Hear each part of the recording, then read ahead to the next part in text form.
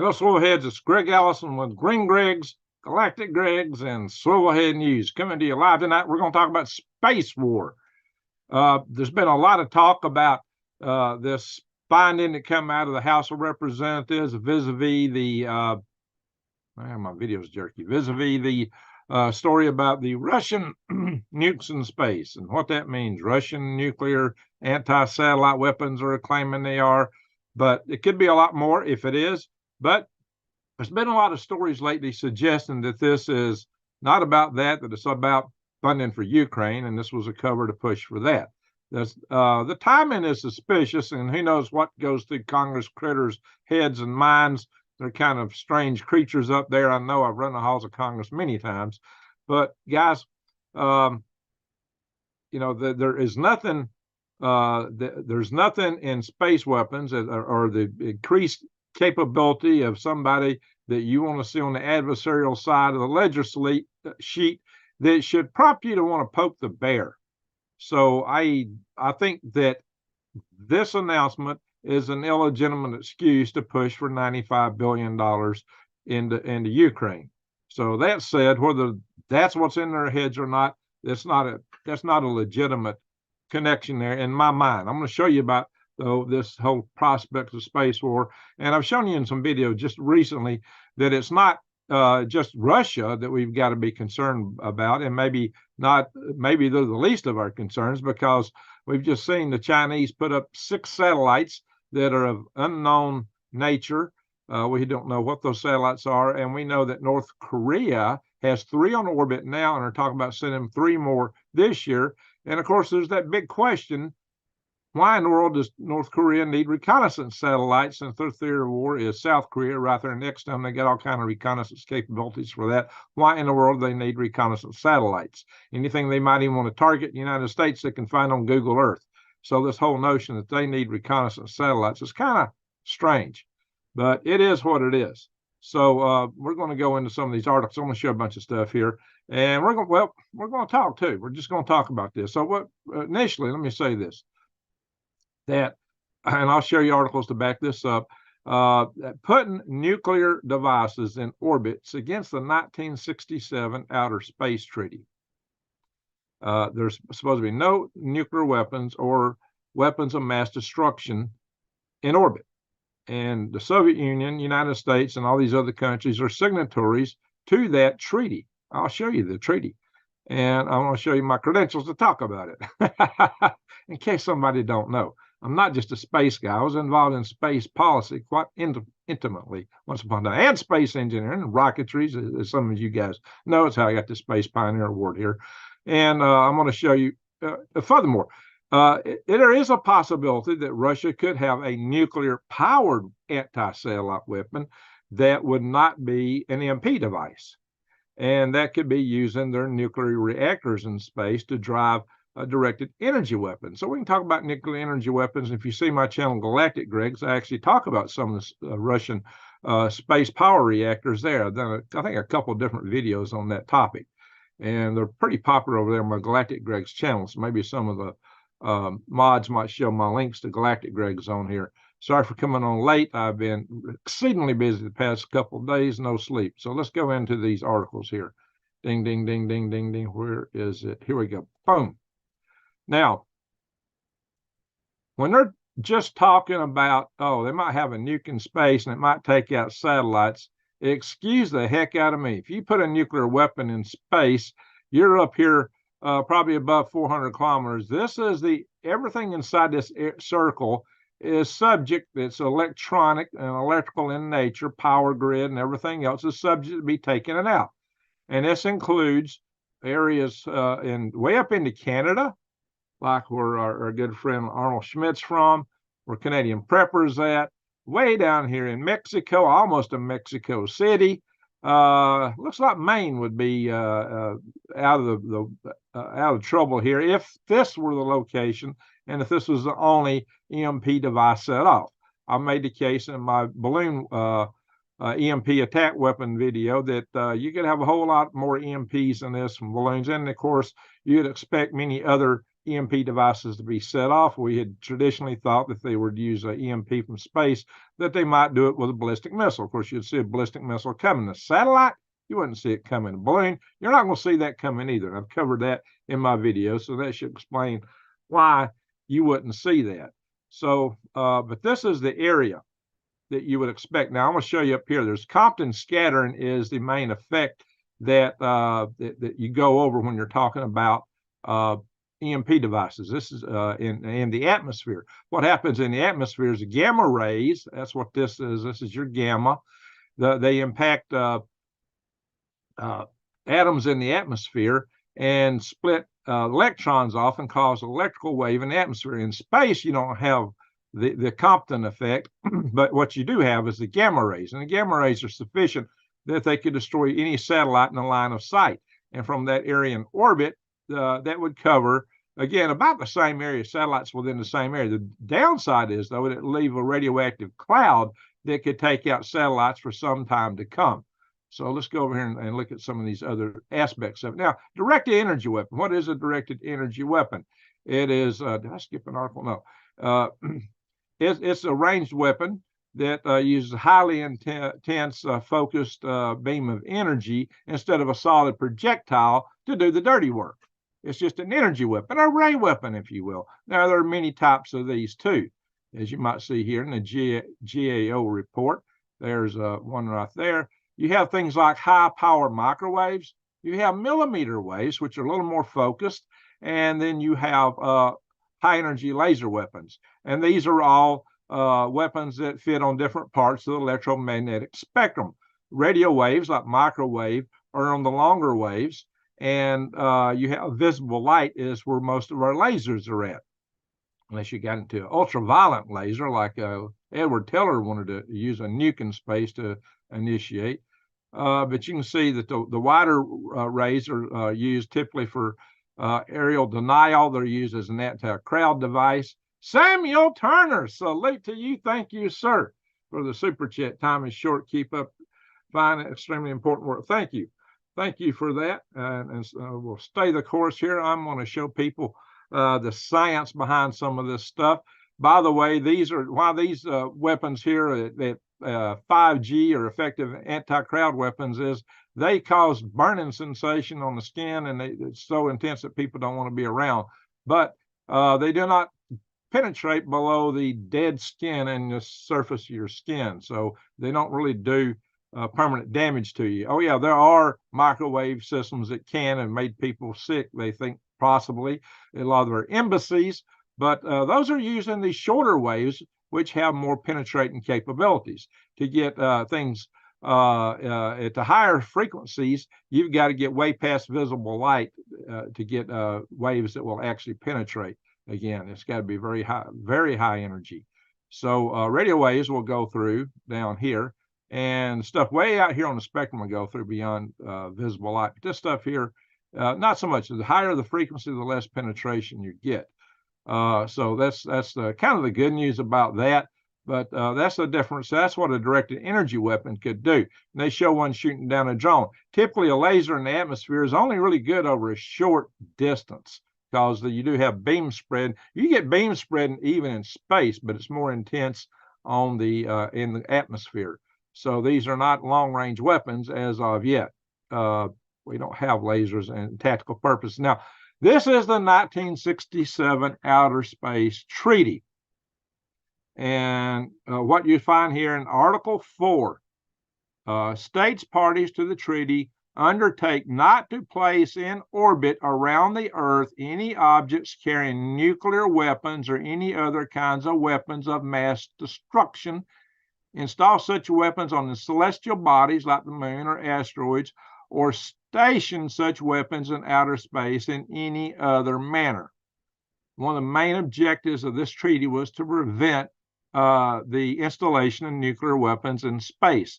It was to try to make everybody play nice. Although at this time they didn't realize the potential of space resources, so they had some common heritage type language in here. But there's wiggle room around that, and I'll show you an article where but no less than Buzz Aldrin cited me talking about that. So if you wonder about my creds in space policy, I'll show you that in a minute. But all these blue countries right here are signatory to the Outer Space Treaty. So that'll give you some idea of who signed it. Almost everybody that's a space power has signed this treaty. And so, or anybody that's got nuclear weapons has signed this treaty. So that's the state of this. That's Wickedpedia. Now, if you wonder about me and space policy, here I am on C-SPAN. If you wonder what I looked like when I had short hair, I've had some people make comments recently. I need to cut my hair. There are the videos in here. You can play it if you click. Oh, there it is. Yeah, that's me. Ryan, excuse me, on the Ares 1 launch vehicle. That's me right there, speaking on C-SPAN. And here I am. This is the article I mentioned, quoted from no less than Buzz Aldrin. He wrote this article about property rights in space, and he quoted me right here. Greg Allison, chairman of the National Space Society's Policy Committee, states that believes the 1967 Outer Space Treaty can be interpreted as permitting public and private entities to appropriate resources that they can directly utilize to establish a reasonable zone of operations around an activity. An American base, even one with substantial international participation, would create a precedent that would not only apply to the moon, but all other accessible bodies in our solar system. Well, I've written about this at more depth than that, but to be cited by no less than the second man to walk on the moon from the first mission is kind of interesting. So if you wonder if I got creds in space policy, you can see I even get quoted here in Fox News in an article that also featured Buzz Aldrin. Greg Allison, Executive Vice President of the National Space Society and a contractor at NASA's Marshall Space Flight Center. And there was talking about going to Mars in this case. Different subject, but it's just to show my creds, because somebody's challenged my creds a couple of times. So I just want to show. And here I am. Let's see. This is in a congressional report here. Where am I at? Let me search on my name. Control F. See if we can find it. There I am. Citing me right there. Greg Allison, Executive Committee Chairman, arguing for additional funding for Part D of the Commercial Orbital Transportation Services COTS program. Cheap, for commercial services to space. I was fighting for private industry to go into space long ago, as you can see, not just the Govit side. And this is in a congressional, this is on govinfo.gov. What's the name of this report? Reauthorizing the vision for space exploration. And here I am cited in the congressional record, no less. Let's see, let me search that again, Control F. Let me find it real quick. A lot of language. Here I am. Greg Allison, chairman of the Exec Committee of the National Space Society. And this is a congressional record in the Senate. The Senate, not the House, the Senate's congressional record. So I've been cited here, guys. Now, here's the situation. We have tested weapons ourselves, space weapons. We had this missile here, the ASM-135, which was fired from a jet fighter that intercepted a satellite in orbit. So and some people said this would be a valid countermeasure against, say, a Russian nuke weapon in space. Well, not really a good countermeasure if you don't know that satellite's got a nuke on it, or even if you do, you don't know when they might decide to detonate it. Are you just going to start shooting satellites out of the sky just for giggles? I hope not. That could provoke a war, and it would really mess up orbit very considerably. In fact, it could cause us to not be able to put anything in orbit soon. I'll show you that in a minute, why I say that. But this was the test that actually, the China's done this and Russia's done it. We have anti-satellite weapons of various sorts. And these are nasty. The direct hit weapons in orbit are very nasty in orbit. I hope we never use these things. And it might be that maybe Russia would consider using a nuke instead of something like this so that they wouldn't pollute space with orbital debris. Because here's the problem. You can get this thing called the Kessler syndrome. The Kessler syndrome could put so much orbital debris in space that just if you shoot down another satellite or two, so much of this stuff, each one of these pellets is traveling the shrapnel from the satellites. It's not like Star Wars where you shoot something and then you can fly through the shrapnel cloud, everything goes to light balls. No, it's chunks of metal flying around. You don't want chunks of metal, shards of all these satellites flying all over space because they're traveling over 17,500 miles an hour. And there's other satellites in intersecting orbits traveling similar velocities. And just a paint fleck at that velocity can do incredible damage.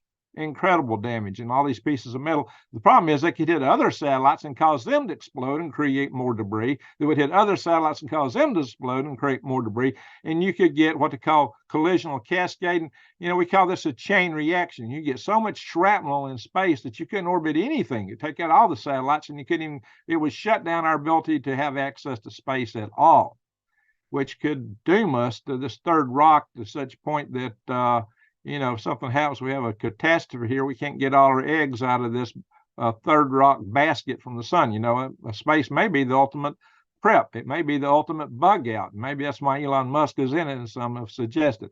Now, this is a picture of the Telstar satellite.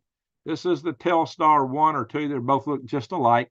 And the Telstar 1 was actually orbited after the Starfish Prime experiment, where we launched a Redstone rocket, which was developed at Redstone Arsenal, just down the road from me here. And that thing exploded over the Johnson Atoll and took out a bunch of stuff in Hawaii.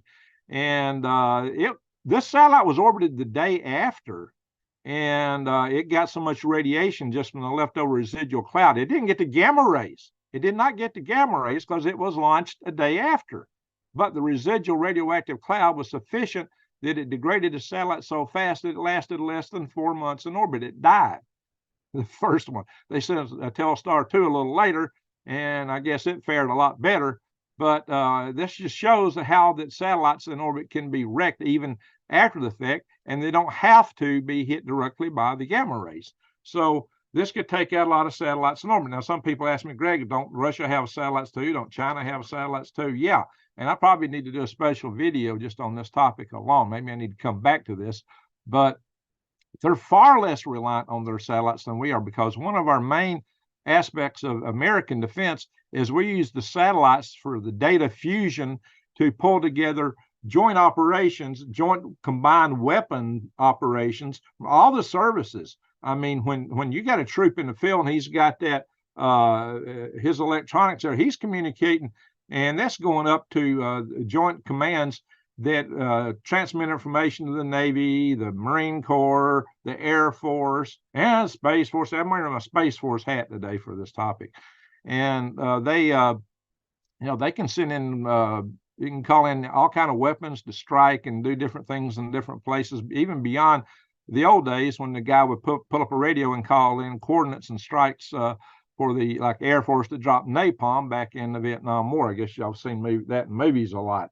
So this is the situation that our forces are totally reliant on satellites today for that kind of stuff, and also for our weapons are guided by GPS. So almost all our smart weapons are GPS guided. A lot of our aircraft, our ships, we're using GPS for everything. We'd be almost lost if we lose our satellites. Our armed forces are far more reliant on this than is Russia or China. But our armed forces are also more global. We're spread around the world. China is more worried about their theater right now of operations around the first island chain, which is right just off the shore of China. And Russia is right next door to them in Ukraine. So they could survive without this stuff far better than Western forces. Hey, Rodney, salute you, Rodney. Thank you, sir. So that's the case with these weapons. And also, I've talked about balloons. I've even showed you an article where China says, hey, we could take out the entire U.S. Navy in 30 minutes if we put up another 30 some odd satellites just by jamming them. Now, maybe they would put that up before they would do a strike or set off an EMP, but they could also blind our forces before they hit by doing an EMP strike prior to that. And they could augment and maybe even not even need their satellites by putting up those reconnaissance balloons to do the data integration and the spotting, to do the reconnaissance at sea to get a better idea where things are at. Because the balloons can loiter. They're actually better than satellites because these low Earth orbit satellites go over real fast. You only see them for a little bit, whereas like geosynchronous satellites at 22,500 miles up, their orbit's 24 hours. That's why you can point an antenna at one of those and lock it down, and it's always going to point at that satellite once you get a fix on it. So that's different. But in low Earth orbit, you go around the Earth, which is about 24,000 miles in diameter, depending on where you're at the equator or the poles. Every 90 minutes. So it's a very different thing. But we are far more reliant on satellite technology than they are. Now, and I've talked about, and I did that video on the balloon threat. Well, here are some pinhead guy here in Newsweek. Who is this guy? Some pinhead dumb journalist. Tom Norton cited some dummy professor, Professor Andrew Futter, who probably don't know jack diddle about anything too much. And he came up with all these reasons why China wouldn't use a balloon for an EMP, because they were blaming all this on right-wing news sources. Oh, they're right-wing and talking about China could put a threat to us on balloons because they love China, I guess. I don't know. But I can refute everything in here, absolutely shoot it down beyond any question. So let's see. What was the points he brought up in here? I had them pulled up and I moved away from it. Let's see.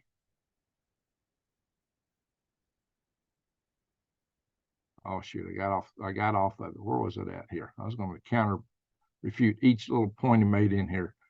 Where was it? Maybe it's up here. Oh yeah. First, slow moving balloons would be easy to spot and shoot down. Wrong and wrong again. My paper and the video on my channel, I'll show you in a little bit. Go into great depth of showing why you won't even detect them and why at the altitude they would set them for EMPs. No, you can't shoot them down with anything we got in our arsenal except for maybe what is it, the SM-3 missile. That would be about the only thing that you might hit it with, but you got to know it ahead of time. And they could put up enough of these and have so many decoys you could exhaust the fleet. But we won't even detect them. I went into great explanation of that and talking about the weapon systems we got and their capabilities and why you're not going to be shooting them down if you don't detect them early.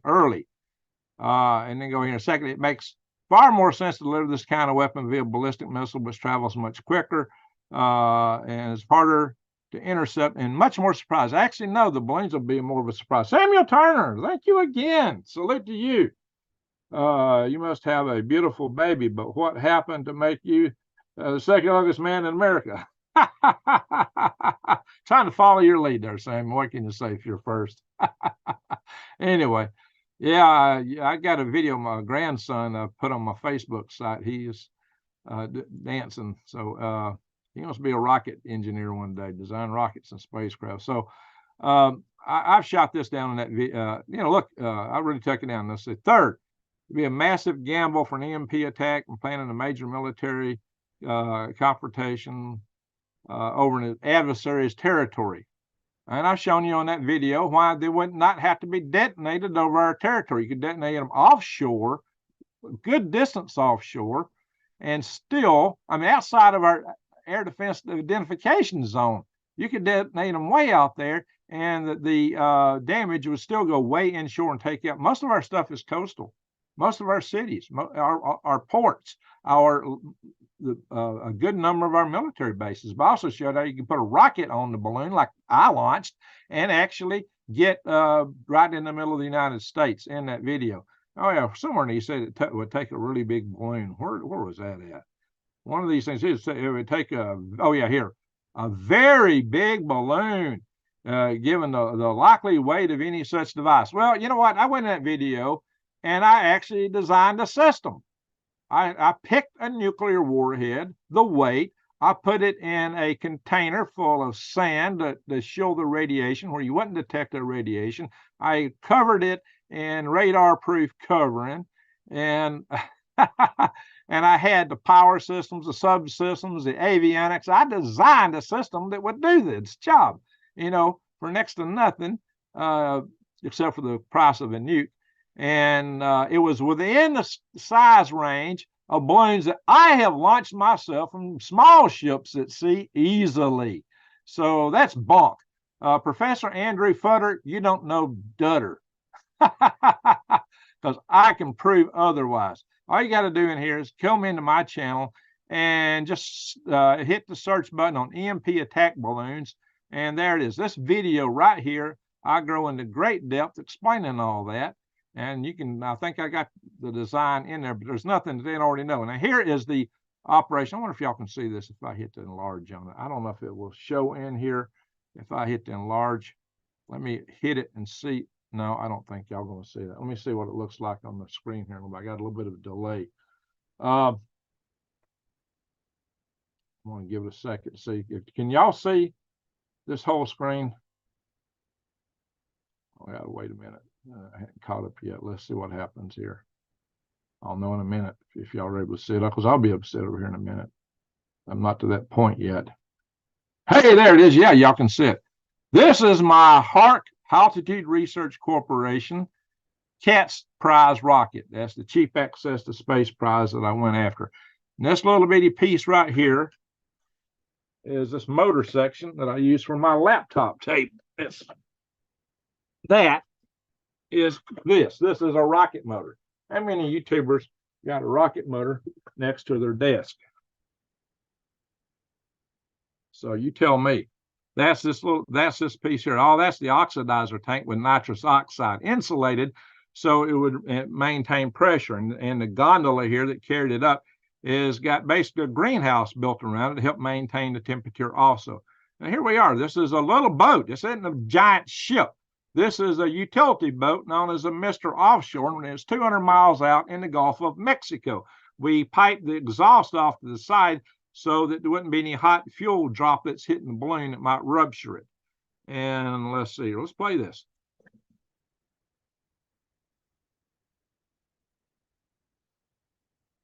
That guy cutting the cord there is Glenn May. He passed away in the Spaceship 2 engine cold flow test in Mojave Desert with 2 other people.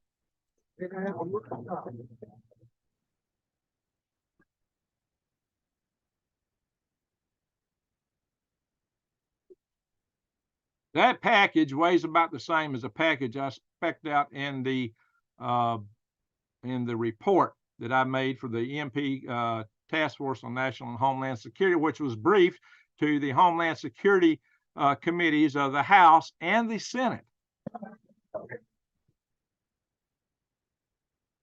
You'll see the balloon in a minute. There it is. That's not a really big balloon. So, Professor Futter, you're a nutter. You don't know what you're talking about, but you're getting cited in Newsweek, and I can't get any news attention here. But lame brain knuckleheads like that get all kind of attention. Blah blah blah blah. You knucklehead, there it is. This could do the job. It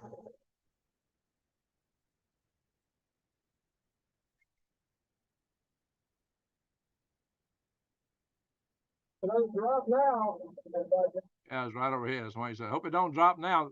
How long did it take to design and build this thing? We spent a couple of years on it because, like this motor I got by the desk here was one of the test motors. We did a lot of testing, and we had a lot of other rockets that we flew and balloons that we flew. We flew dozens of balloons, probably 40 different balloon flights, different packages, testing our stuff in situ in the environment.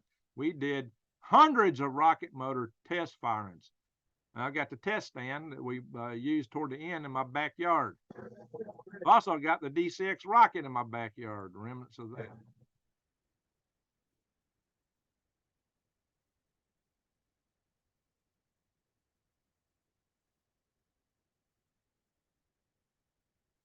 Steve Mistake speaking. He just passed away recently. And we lost a lot of our good people. That was in the year 2000. And here it is. Now that I know I can hit the enlarge button, y'all can see it. Here it is at launch.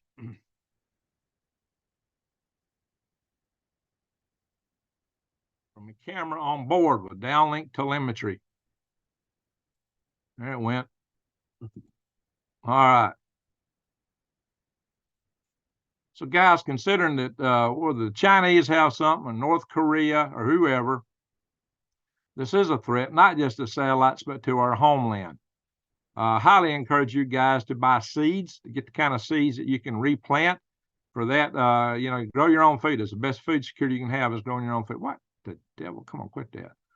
So I hate it when things want to jerk off and go somewhere else and you hit on them. So this is True Leaf Market. See the link below. You can get the heirloom seeds here. Also check Eden Brothers. I had that open. I think that everything moved around here. It's over here now. So there's Eden Brothers. I guess they got a discount in there. And let's see here. What is this? Oh, yeah. This is one of the earlier rockets I did. It made the magazine New Scientist. This was back in 97. Or altitude liftoff. Halo rocket. So when I say halo, that's from where I'm saying it. All right. Back in 1997, we started that program back in 1994. And we launched that Catch Prize rocket in the year 2000. So, let's see here. How come I got so many other things open here? Oh, yeah, another way to donate to me is at my worm site. Oh, yeah, if y'all want to see videos on gardening, just come in here. You'll see the videos from my channel. Just click them and open them in YouTube so I'll get credit for you watching them. You know, everything you need to know for gardening is in here, at least to get started, about how to make raised beds so you don't have to go to the store to buy your stuff, just in case we get a grid down situation. Anyway, you can also hit the buy worms button, and there's a donate button in there, but it only works inside the United States, so unfortunately. So let's go on. Oh yeah, just so you'll know, since some of you guys wanted to see me let's see, I think I did have a beard here, but it was shorter. This is in 1993. Okay, now, Chairman, 1993 International Space Development. How welcome you all here to Hollerman. There I was back in 1993. How long ago was that? That was 30 years ago. 31 years ago almost. Yeah. I'm Greg Allison, Chairman of the 1993 International Space Development Conference. I welcome you all here to Hollerman. Anyway, that's what I looked like 30 years ago, guys. Anyway, so here we are. Global warming, absolutely. Proudly promoting global warming. That's what it says on that website. Anyway. Oh, yeah. Hey, Meg Rising. I was actually talking about a war in Alaska in that talk right there. I actually talk about military stuff at the space conference in Alaska. I'd been up there before. So if you didn't know, there's been a big CME on the far side of the sun again. They say there's a sunspot over there so big that it causes the entire sun to shake. The entire sun to shake, guys. Can you believe that? And there's a really weird occurrence that happened. We had a solar flare out of the south pole of the sun. They're usually more toward the equatorial region. So that's a real oddball right there to get a solar flare. Huge south pole prominence. Look at that, guys. Earth would be like a speck on this picture. That's a lot bigger than our planet. Just in case you didn't know. Pardon me. So, big far side sunspot. That's the one I was showing y'all the video from there a minute ago, right there. I should be able to open that. Don't look any different here in this screen, though. We'll come down here to asteroids. I'm not showing a lot on that chart. We've had one pass by just outside those geosynchronous satellites I was talking about at 0.3 times the distance between the Earth and the Moon. That was just outside the orbit of those satellites. This one's only 5 meters. Had pretty good velocity up then, 10.6 kilometers per second.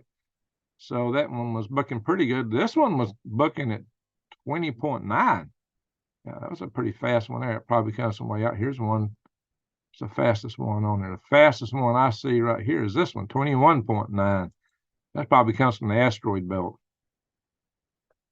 Sometimes I just like to look at them because we look at the orbital viewer. You can see from whence it comes. Yes, it's way out past Mars is where that one comes from, coming close to Earth there.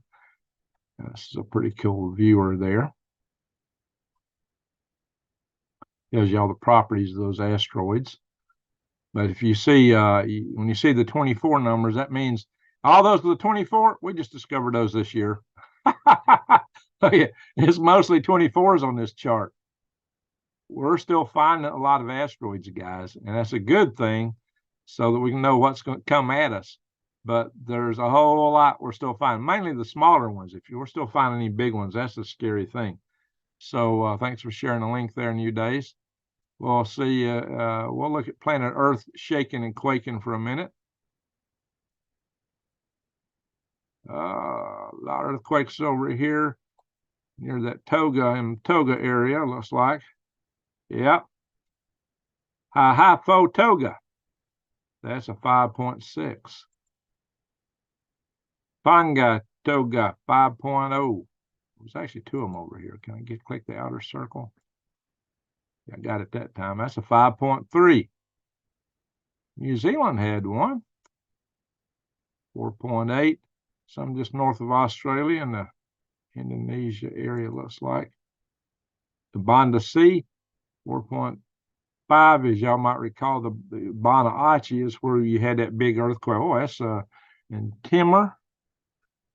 In Banda Aceh is where we had that earthquake that created the tsunami. It took out so many people here. What was it, Boxing Day when that happened? What did I do? Anyway, before we go into weather, let me stop the share here. Now, for everybody watching, that's the main news part. I'm not going to do as much on weather because it's already 3 o'clock here. Hey, wheelchair user, salute to you. And you said, if you have a big dog, teach it to pull a sled or a cart. If you have cars, teach them to be ridden. Horses are self-explanatory as this may be all the way you got to get around. Everybody in prepping world wants to talk about Faraday cages and how to protect all their devices that aren't going to last that long anyway. What I tell everybody, go get hand tools. That's what I always tell everybody, go get hand tools. How many times I go out and tell people to go get hand tools? I tell people that all the time. If you really want to prep, you better be willing and ready to live the way your ancestors lived. Yeah, any of those tools, devices, and radios that you can preserve will give you an edge for a while. But eventually, they're all going to wear out. And if they take out too much of our grid, it's not coming back. And so when that stuff wears out, that may be all she wrote. So just keep that in mind, people. Keep it in mind. So we are in a pickle here. Let me check the chat room. The news portion is over for the people watching in the morning with their coffee, as I'm having right now. As you might know, I don't take my sleep lying down.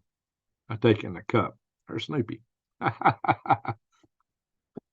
Yeah.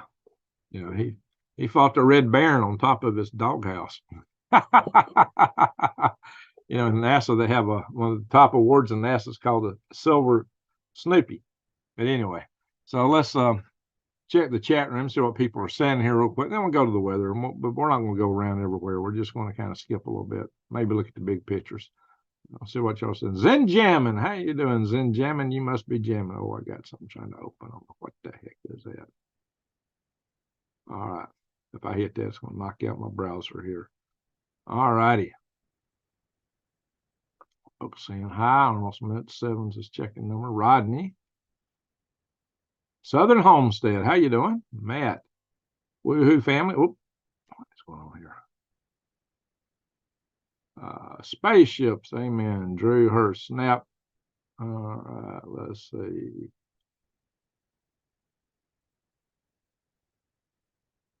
September 13th, 1985, Major Doug Pearson made history when he destroyed a satellite. Yeah, that's it. That was it. That's what I was showing. Exodus. Amen. Wait a minute. I don't think that was an F-15. The F-15's got two tails. I did work on F-15s. I did test program sets to test the avionics on it. The main thing I worked on was the display in it that the pilots use and push buttons on.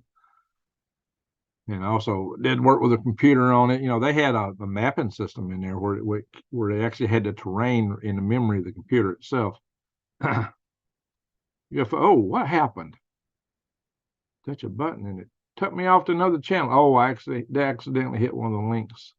I touched the screen. Oops. Let's see here. Be careful what I touch. I'm scrolling here. All right. And Samuel Turner's exactly right. Time is short. You better get ready, guys. Just be prepared. I mean, it's coming at us from every direction. Hey, JoJo, want to listen while you eat? Hey, that's when I watch YouTube. Typically, if most of the time I'm reading articles or doing other work, but I take my eating time to try to catch up on YouTube as much as I can.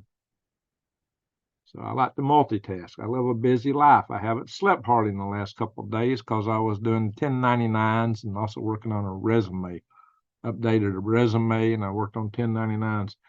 Some folks over at NASA Ames, and that's between San Jose and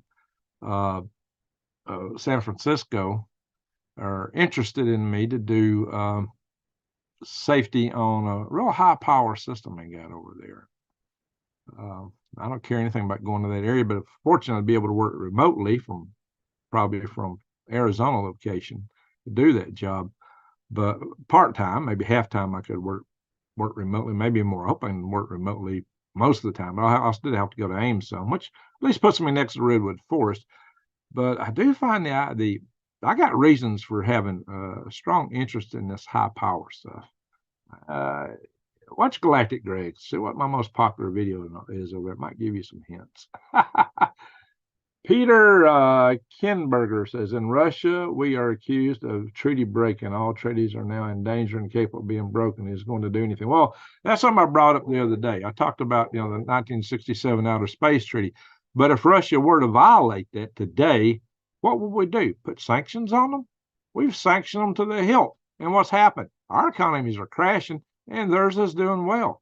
I mean, look at Tucker Carlson. He went to the grocery store over there, and they don't have the inflation with food prices that we're having over here. And Russia isn't exactly the breadbasket of the world. How does that work, huh? Something is wrong over here. Jeez. Our fearless leaders just aren't doing a lot for us, are they? That's pretty obvious. So, let's see here. Space junk. Yeah, we got to watch out for that. We don't want too much space junk. And that's the problem with a kinetic war in space.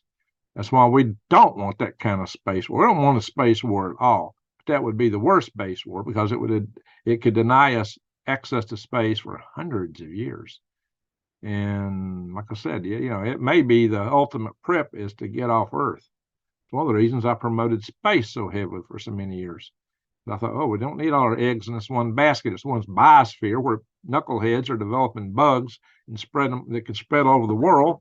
We didn't see nothing like that in 2019, did we? And how many times have I cited this guy, Sir Martin Rees, in the final hour talking about bio-era and bioterra and what that could lead to? And what's happened? The Chinese developed what? They got a mouse with human genetics in it, and they got a bug, a derivative of the bug that which takes out all these mice 100% within just 7 days. That's Oh, we ain't got to worry about nothing accidentally getting escaped from a lab now, do we? Or otherwise. Jeez. All right. Deep function 100,000 -1 says, but as things continue to unfold, one thing we have to look forward to is the fact that people actually begin to open their eyes. Amen. Actually, I'm planning to do a video on hope. I did a video out. I did a little walk in the woods. I'll probably post that video tomorrow. But I think I was talking about hope in that one. But I was planning to do a video on hope. So we'll have to post that one tomorrow sometime. The other silver lining is that more space junk we have, the harder it is for the aliens to invade Earth. They claim they can fly through mountains and oceans and whatever. I don't know. But yeah, but we're trapped. Yeah, it traps us on this planet. Traps us.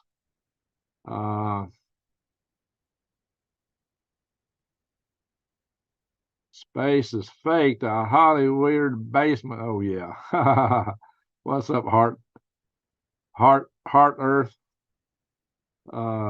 Anyway. Samuel Turner once again says, time is short. Keep up your fine, extremely important work. You know that your work will help save lives. That's the whole purpose here. And, I'm hoping that you guys will take it to heart and get ready. Get your long-term food storage. Go prep with Greg. There'll be links for all that below. And you can, seeds. Seeds are going to be worth more than gold, guys. But mainly, be able to purify and sanitize water. You're going to need that. That's very critical. And I got a video on that too. Yeah. Let's see. Got somebody named Gypsy in here. Oh yeah, Jojo. Jojo the Gypsy. Eduardo. Tech Ingredients make a video about reflecting these weapons. Tech Ingredients. Oh, made a video about reflecting these weapons. Guys, even a good Faraday cage may not work. Even a really good one may not work. Gamma rays can be reflected to a point. Hey, boss man from Bullitt County, Kentucky. How you doing, Truth Hurts?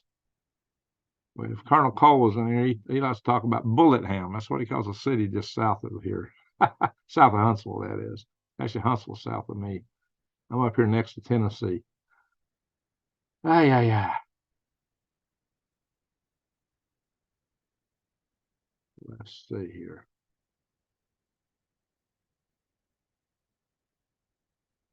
So what some of you guys are saying here. That would be a mess. I guess I could give up my food money to pay for a new weapon for space nukes. Oh, Lord. Let's see. Deep function 100,000 -1. But as things continue to unfold, one thing we have to look forward to is the fact. Oh, yeah. Open eyes. I read that comment. All right.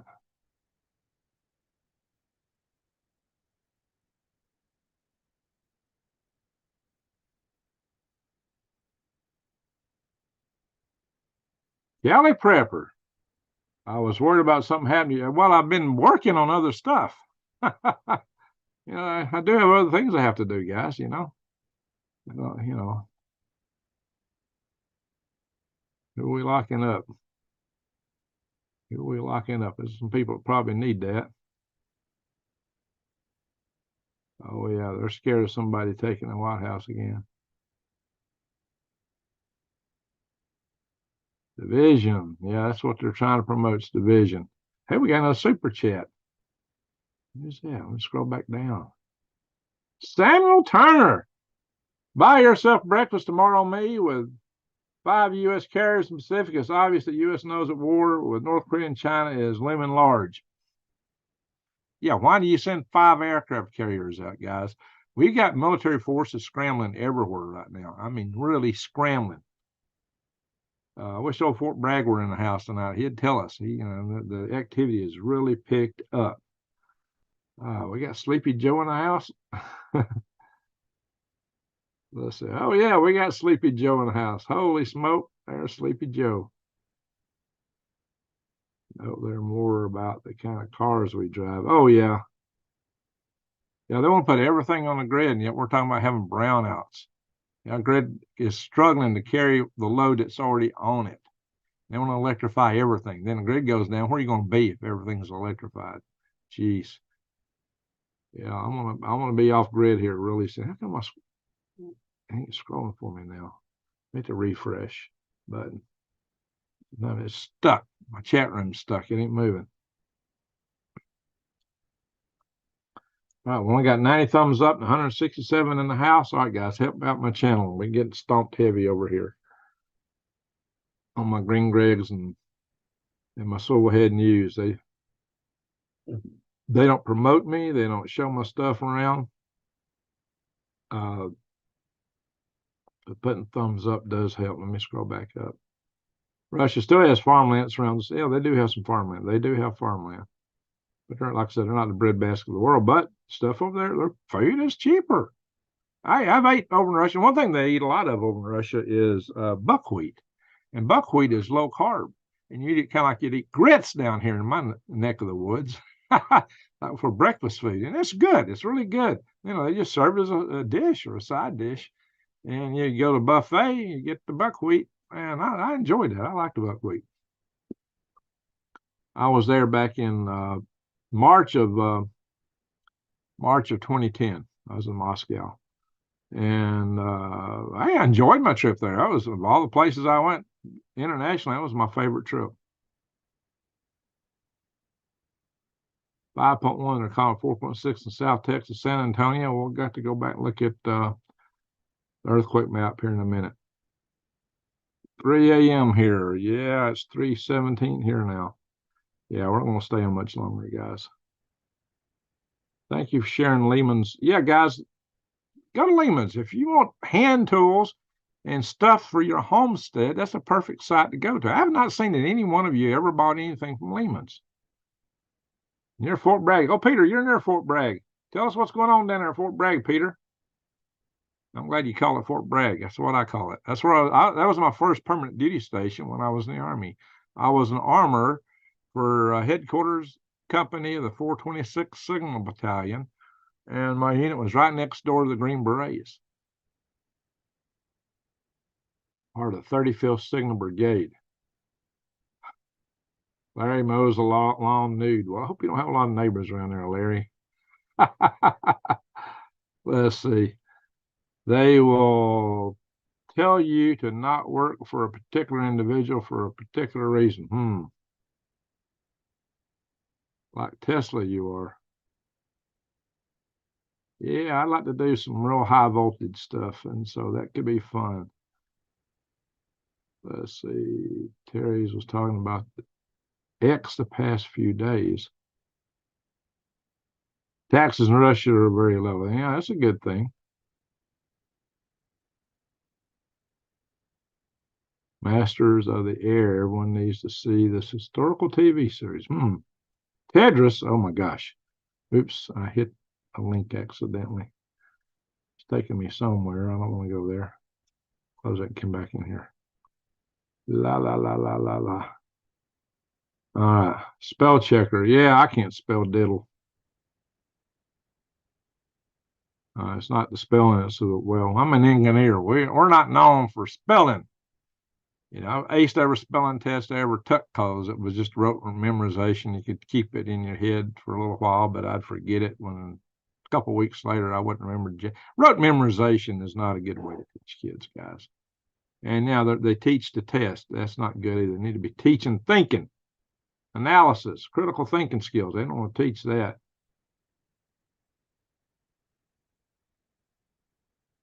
Doesn't matter when. Amy, when. Grits and red-eye gravy with country ham. Oh, Lord. Now you're talking. Now you're talking. Hey, I love that red-eye gravy. Hey, it's good on cornbread, too. Try some red-eye gravy on cornbread. Tell me what you think about that.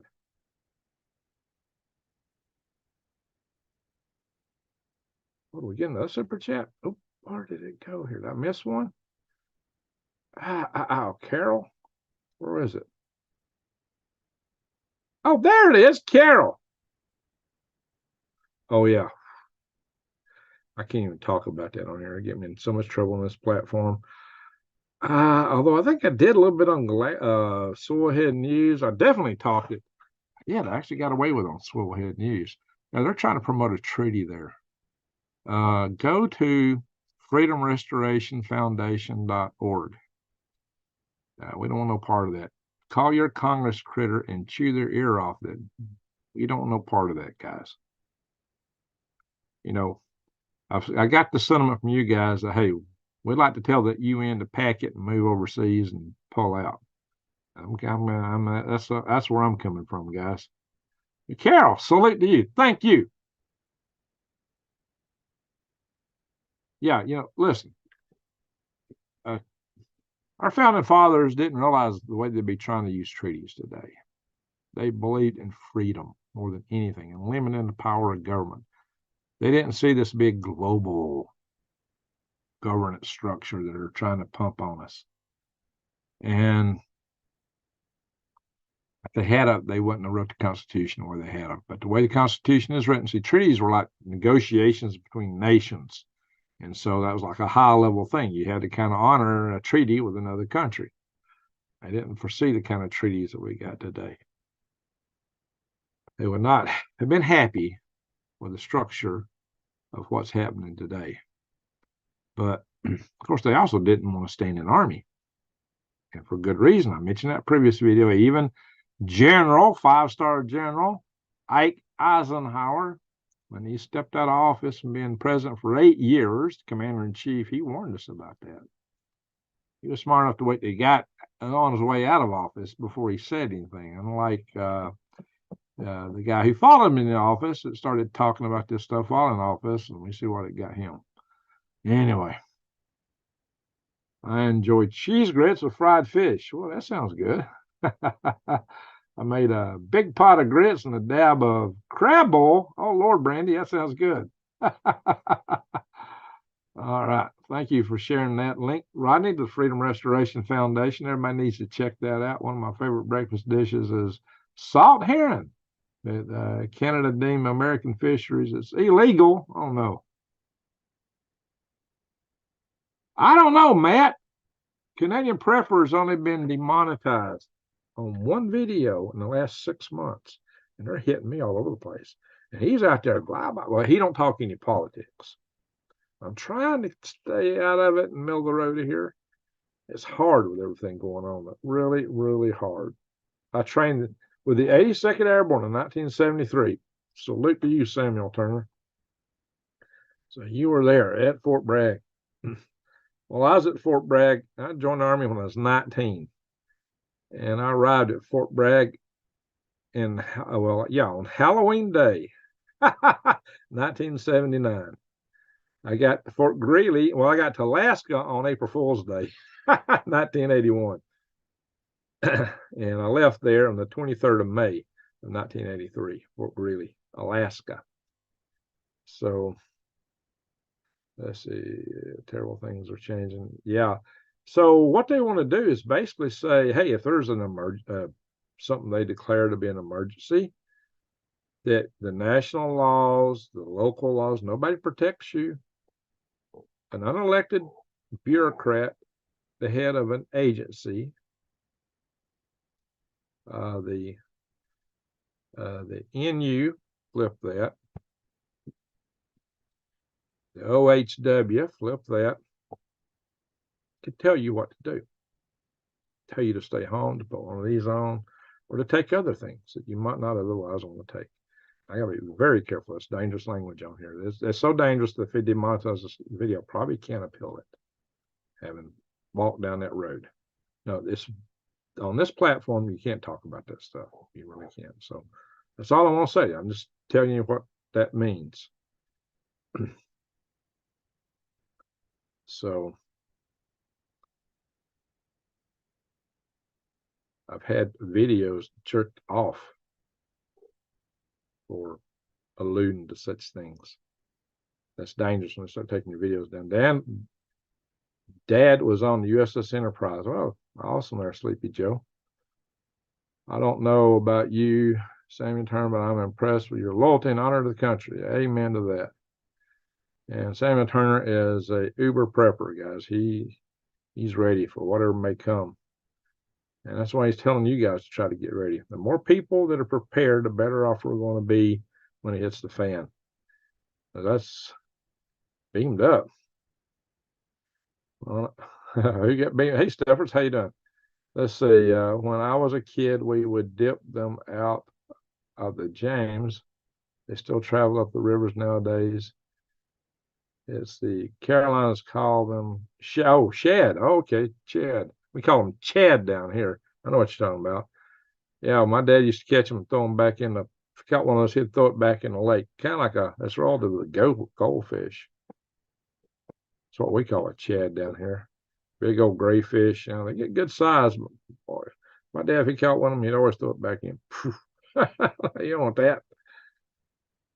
Korea, he went all over the world. Well, Korean. Okay. My dad was in World War II. Bring on the noise, Greg. Hey, David, how you doing? James River, Samuel Turner, and you conviction to one nation and a God. This is the important thing to have. All right, so we may not be one nation for long. Things keep going the way they're heading. The important thing, yeah, I did try to talk hope in that video that I did out in the woods. I did a little walk and talk. I'll put that up tomorrow. But you know how in the end of my videos, I always appeal to everybody that we need to understand other people's worldviews and talk to them to try. You'd be surprised who, if you reach out to them, you might touch them in a way that gets them rethinking. Maybe you can change some worldviews, and maybe some of these people that even hate us so much. So I talked about that in the video. So watch out for that. I'll post that one here on this channel. So just watch out for that. My dad was a Navy SEAL vet. Wow, that's impressive. Well, my dad jumped. He was with headquarters company of the 18th Airborne Corps. And he never was at Fort Bragg, though. He took all his jump training overseas. And they were supposed to have 3 training jumps. The third training jump, they discovered that they were way over enemy lines. Now, those guys were not expecting to go into combat at that point in time, but suddenly they were in combat.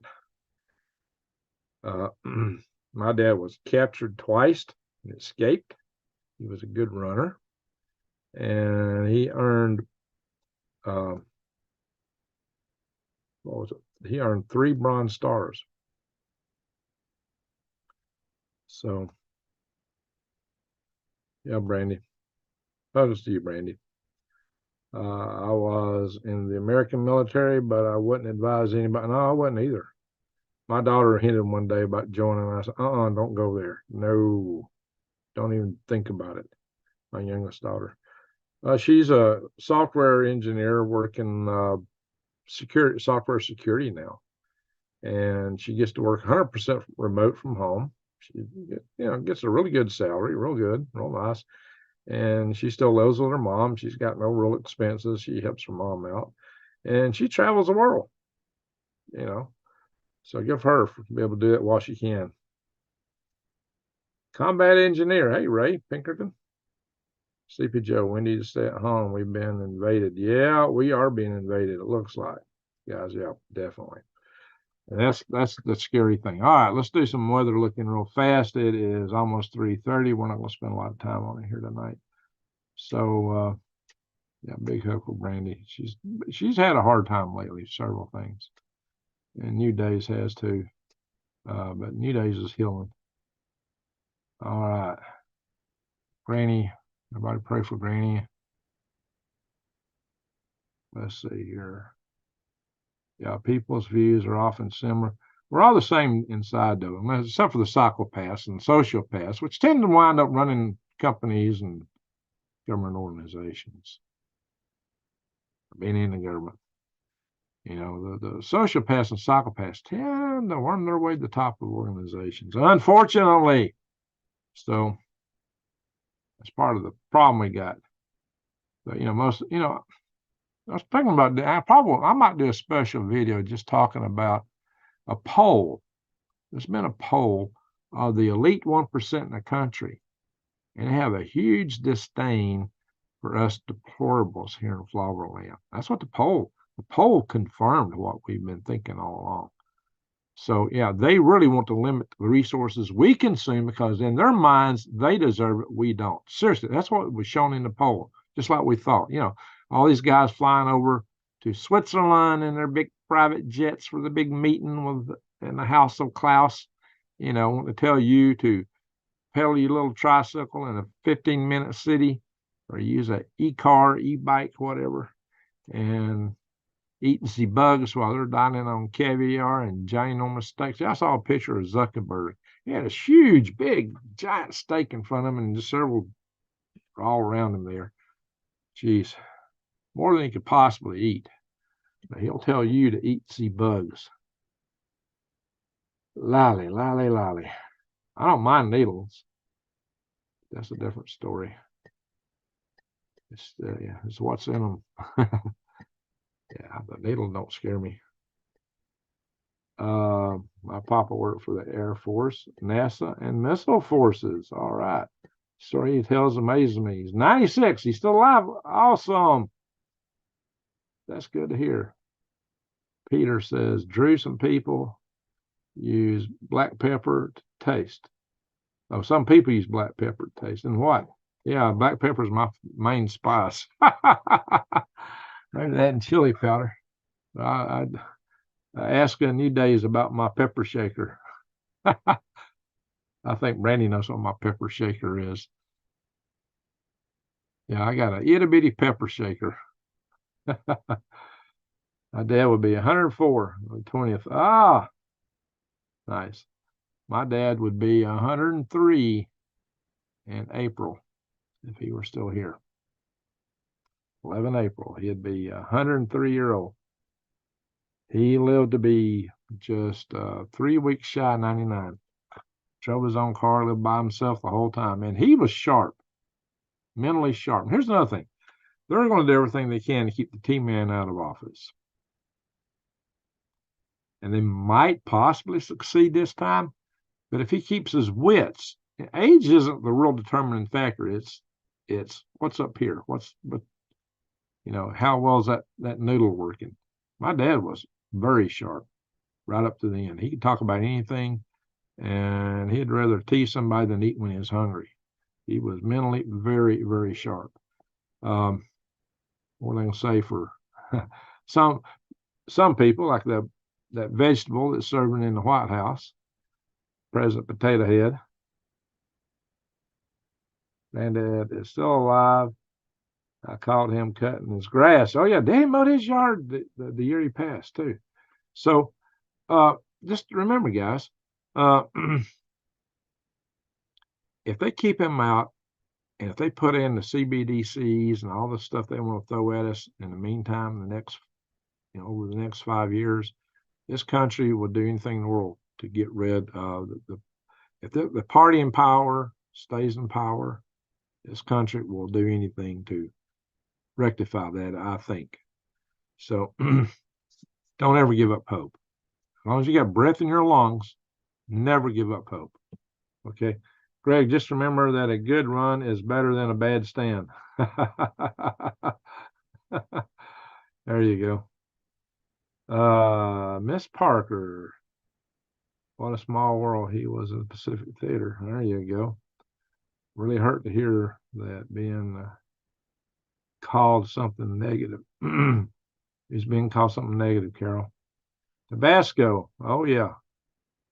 That Tabasco sauce is good in the beans. Their perception doesn't define us. There you go. Yeah, there's a lot of crazy prejudices out here in the world. Yeah, folks look down on us for sometimes, especially here deplorables, us Southerners, they don't like the way we talk. I'm going to tell you something. That doesn't mean anything about what's up here or what's right here. What really counts is what's right here. It's how you treat your fellow man. That's the most important thing. And, you know, they don't rank high in that category. They don't rank high at all in that category. Just remember that. Right here, that is puny in some of these people, especially the sociopaths and the psychopaths. Snow and hazel grain. Right now, Matt, where are you at, Matt? Yeah, it's below freezing right now here. We can get no snow right now, do we? Southern Accent was pretty good song. There you go. Well, hey, you know, I'm you know, from South Appalachia, you know. In Appalachians, we talk like this, but a little bit further south, we talk like this. Why, it's just a pretty day outside. What can I say? It is so cute. It is pretty. You say pretty a lot. Sleepy Joe. If you eat celery leaves, you never leave to worry about brain issues. You know what? Coffee fights dementia. If it wasn't for the coffee, don't tell them where I'd be today. I do get the brain lock occasionally. I'm trying to remember a name. Germany, Italy, Japan were the major axes in World War II. Now we have a military everywhere in those countries. U.S. Yeah, we need to pull back. We need to take our forces out of the Mideast. Why are we over there? What purpose does it serve us right here to be over there? I think we should pull our forces out of Europe, out of NATO, get out of the UN. Just wanted to know if any snow this year in North Alabama. Yo, yeah, we had a whole week for it. Go back and watch my video about ag. I put about agriculture going nothing back about, what was it, about 2 weeks ago I did that video, maybe 3 weeks ago. This whole place was covered in, we had a heck of a sleet storm. I mean, it made like ice. It's stuck for a whole week here. Okay, Larry, I'll research them. Now, there's something, maybe it's shard or something. If you eat the leaves, it's toxic. Is that shard? I believe it's shard. Hope it's not celery. I think I've ate celery leaves. Yeah. All right. Let's see. We call onion, peppers, and celery the Holy Trinity. Onion, peppers, and celery. Yeah. I've ate a lot of celery. Wesley, happy 292nd birthday to our father, George Washington. Hey, there we go. George Washington, happy birthday coming up. Amen to that. Need that for beans too. There you go. Yeah. You ever eat those pork and beans? I used to like pork and beans with crackers and hot sauce. And I've ate onion twice today. I love onion. Black pepper. Hello from Knoxville. Hey, wicked world. Anyway, I pronounce the K, Knoxville. Why do you have a K in front of Knoxville and don't pronounce the K? Nashville don't have a K. It starts with an N. You sound the same. So I call Nashville Canashville and Knoxville Knoxville. Just my weird way. Anyway, let's look at the weather here real quick. And then we got to go. It is going to be 4 a.m. here in just a little bit. So we're just going to take a quick looky-see. No, there's no 17 up in Lexington, Kentucky. Wow. 1 degree over here in Almarosa. Slick, Salt Lake City's 28. -6 up in Quebec. St. John's 14. All right, well, I do want to check out Maine. 3 degrees in Patton, Maine. Wow, New Days. Must be kind of chilly up there. Houghton is 5, though. Okay. Altoona, Pennsylvania, 16. 26 here in Hunts Patch, which is just below me. Ardmore's 23. That'd be the temperature here about 23 degrees. It's supposed to get down 20, 21 tonight. You got 20s and 30s in Arkansas, 21 in Fayetteville, Arkansas. So Fayetteville, Tennessee, not far from me here. About the same temperature. Wow, it's warmer in Show Low than here. That's odd. Snowflake is 30. Yeah, it is warmer in Snowflake than here. It's interesting. They had a colder autumn than here, but we're having a seemingly a colder winter. A lot of snow in the northwest, West Wokistan.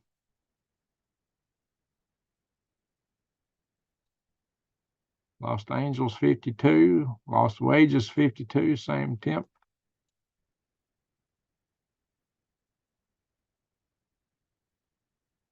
Tulsa 26, Oklahoma City 26, Amarillo 25.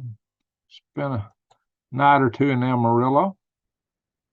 Salina, Kansas 26, Denver 8, Grand Junction 23. You got 1 degree here. All right, mid 20s in Minnesota. Minnesota. I'm saying that right. All right, Slave Lake's 21, Peace River 17, Fahrenheit scale 3 degrees in Hinton up in Alberta.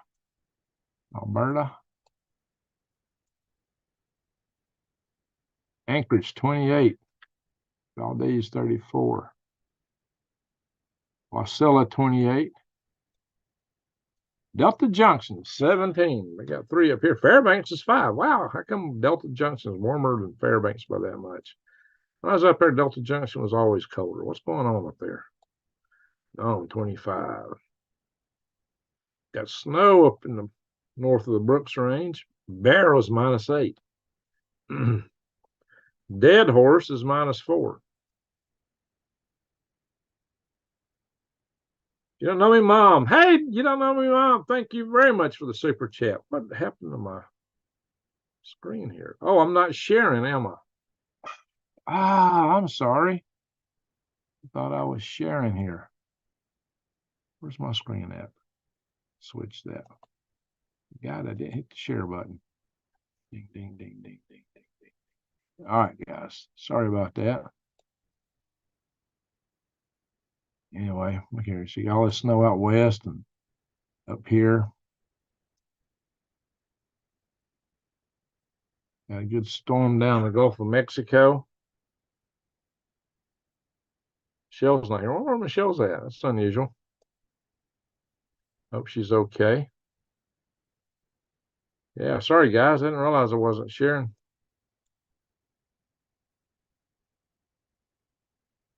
So what's Weepaw? I bet Weepaw is about somewhere between 80 and 82 degrees. Weepaw, Australia. Let's see. I'm betting 80 to 82. There's 82 degrees. Weepaw, 82 degrees. Why I say that? Because it's always 80 to 82 degrees. Almost. I saw it 79 once. Capital City, Canberra, 73. Sydney, 75. Melbourne, 66. In summertime there. Perth, 109. All right, Queensland. Yeah, we pause in Queensland. You got 86, 80. So not too bad there. Alice Springs, 93. They do balloon work there.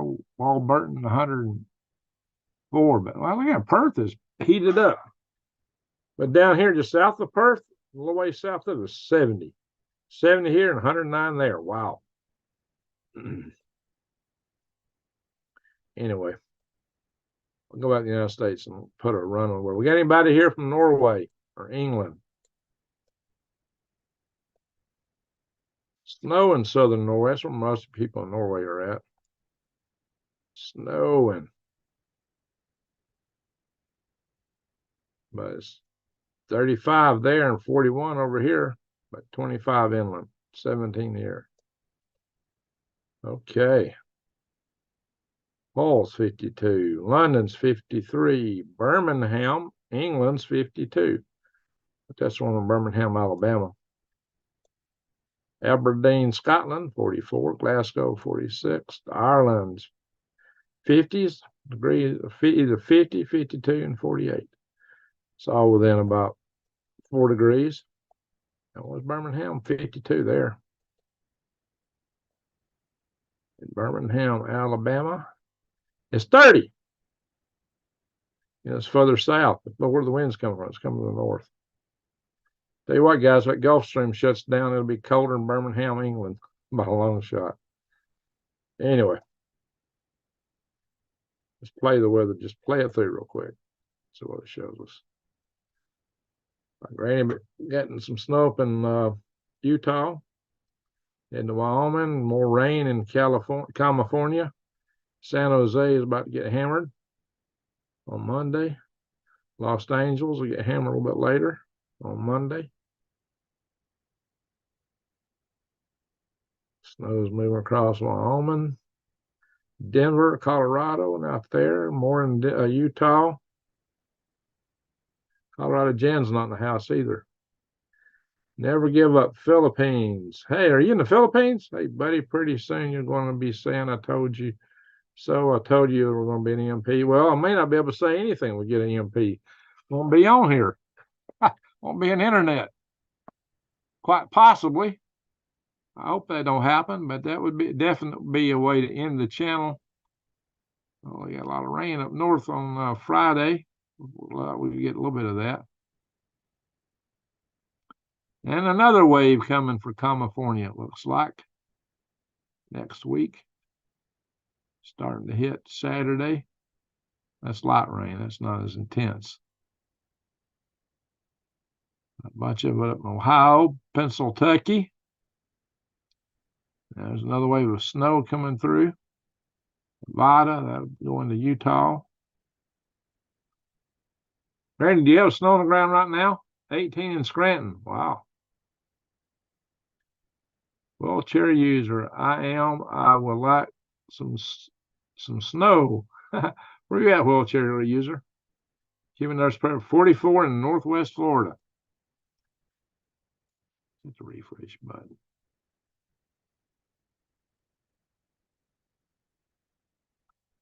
Looks like you got some rain. Now, are you in the Panhandle? A lot of people in the Panhandle would prefer to be in Alabama.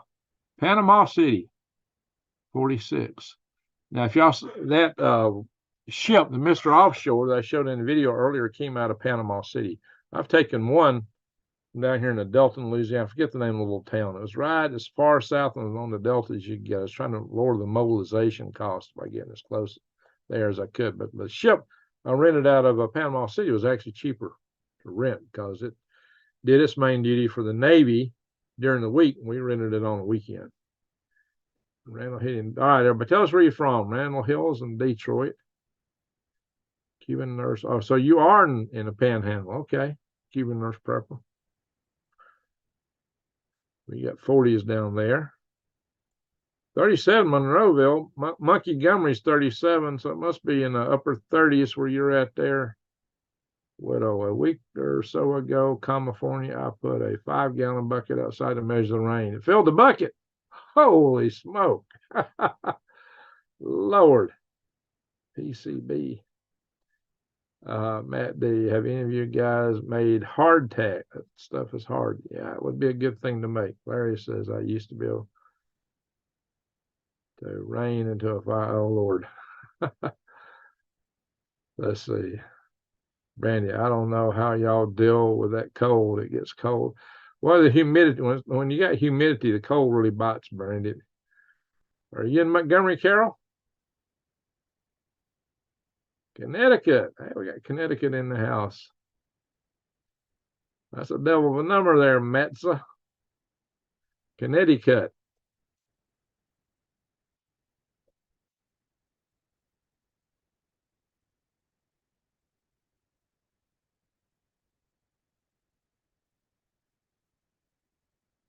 '19 in New Haven. New Haven, Connecticut. Rhode Island Reds at 19. England. Oh, you're in England. Okay, wheelchair user. So you'd hope to see some snow. If that Gulf Stream shuts down, you're going to see a lot of snow. Thames will freeze over. Chase, bro, it's not easy, Brandon, for me to. All right. Columbus, Ohio, Terry Petty. 14 degrees, feels like -2. Wow. Columbus, Ohio. All right, David Potter. Haven't seen any climate change. Nah. Hadn't seen it either. Better to live at high elevations in the south. Ah, Well, the humidity is low in most of the time out in Arizona high desert. But boy, we had a chilly autumn there. I mean, I've seen it down to 12 degrees in the early autumn. Let's see. No, 16 in the early autumn. Well, I saw 12 degrees when later in the autumn, not down to 12. So, you know, the winter temperatures can be brutal. They're ready for spring planting season. There you go. Get those seeds. 18, it feels like 6. Wow, George. Air Force Base and Gunner Annex Montgomery. Hey, Maxwell Air Force Base. That's where I went in the Army. I joined the Army on the Air Force Base in Montgomery. Sure enough, Maxwell Air Force Base. That's where I went in the Army. And they put us on a bus and sent me up here to Fort Jackson near Columbia back in July of 1979. And we had a hurricane hit there when I was there. And then I went up to Fort Bragg, from there to there. Then I went to Alaska.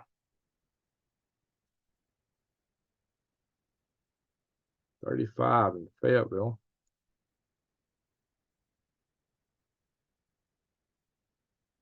Spring Lake. That's where I lived. I first lived up here moved way out here at first off Ray Road. Yeah, don't even name the military bases there. Fort Bragg and Pope Air Force Base. Pope Air Force Base is out here somewhere. I'll show the airfield if I go in close. Now, there we go. What? What is that? That's Fort Bragg. Holy guacamole. All right, they should show Pope Air Force Base.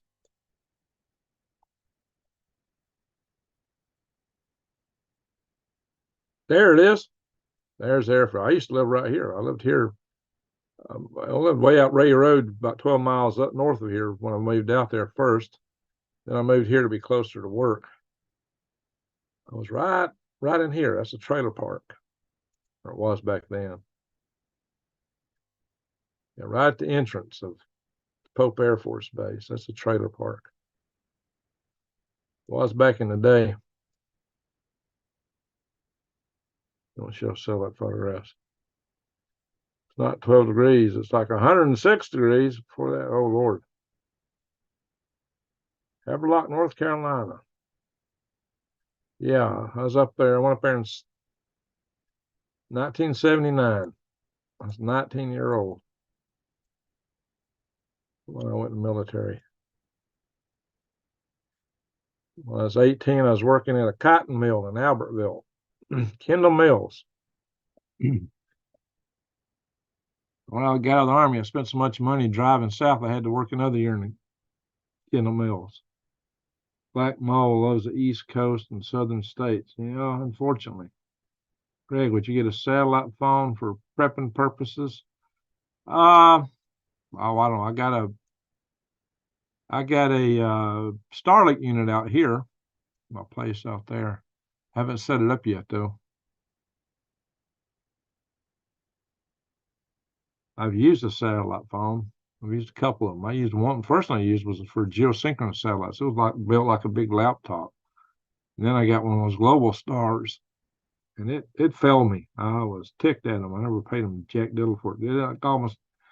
It caused me to risk my life in the Gulf of Mexico when we did that balloon launch, which is let's see, right. Is that it? No. That. Back when we did this job.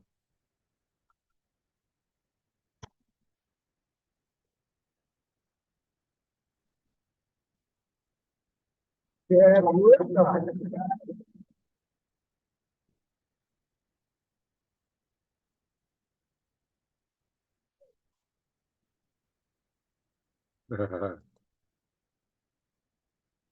Mr. Offshore, 200 miles out in the Gulf of Mexico. Our rocket could have hit Havana. It could have. It didn't.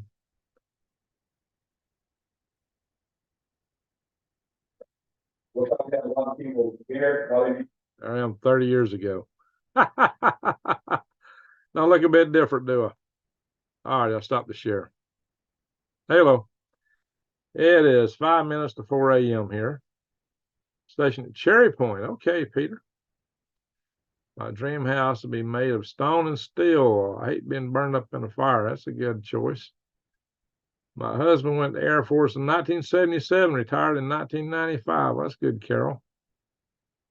Oh, Cherry Point, 3rd Lamb Battalion. Let's see here. Miss Parker, talking to Larry. Cork is fire resistant. Well, that'd make a nice flooring. That'd be comfortable to walk on. I wonder how easy if it tear up, though. Oh, there was a huge house fire just up the street from me here just last night. Oh my gosh. Lit the sky up. All kind of emergency vehicles. That's sad to see. Yeah, that's a scary thing. Very scary thing. All righty, folks. That's one thing you got to watch out for when you're prepping. And if you're going to be burning wood, pay a lot of attention to fireplaces. Keep them clean. If you're burning pine, you're going to fill it up with creosote, and that creosote can catch fire. So keep that stuff scrubbed out. Do some chimney sweeping, or get a chimney sweep. Type of wood you're using. Exactly. Anything that's got a lot of oils in it, like pine, is nasty, Eduardo. All right. Really nice looking at 30, Greg. I was 33 then. 33-year-old. Just turned 33 by a couple months there. That was Memorial Day weekend of 1993. Yeah, where was that? Yeah, if you want to send me just a few years later, where's that at? Ding, ding, ding, ding, ding, ding, ding, ding, ding, ding, ding, ding. Yeah, right there. There you go. Just sharing screen again.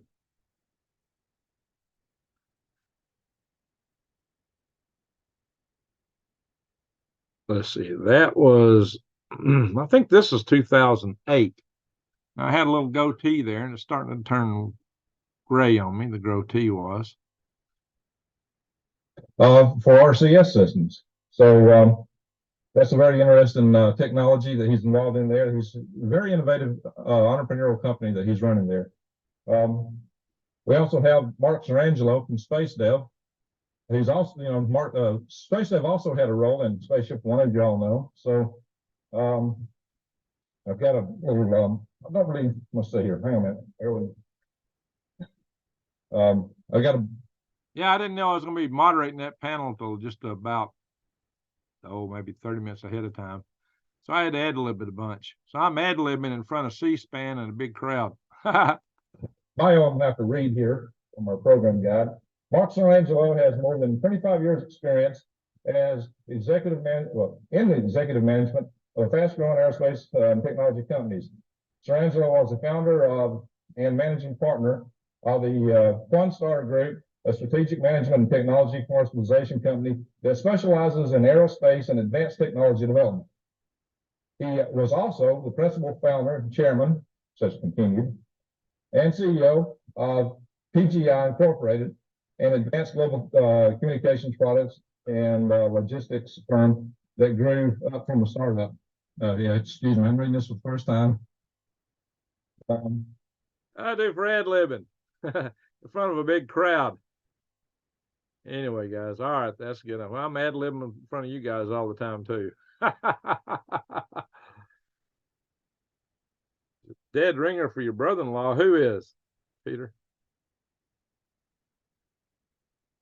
I want a cedar barn to remodel. I got a bunch of cedar logs back here in my hole in the ground I call wood hinge. I got to figure out if I'm going to leave them there or take them with me to Arizona. It takes a lot of money and fuel to take something out there. The cedar's nice stuff.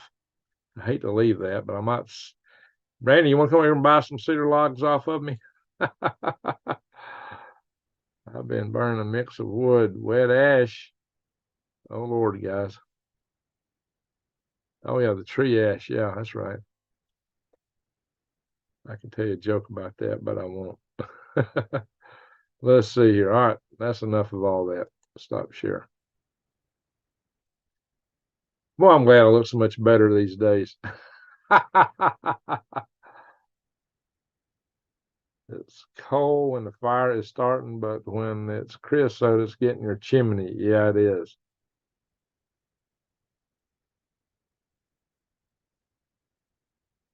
Greg, who is that young looking man? I don't know, Larry. I don't know. So, anywho, yeah, I guess I'll wait on that. So if y'all, oh no, Baxter, oh my gosh. All right, you did it. You started it, Baxter. This is your fault. This is your fault. Now you went and did it. Tell me I look like Bill Clinton.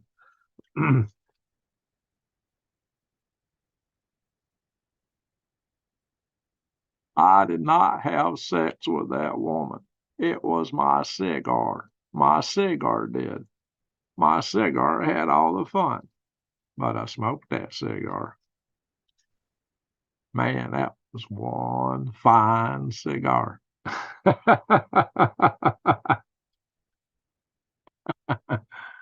All right. Thank you, Lord.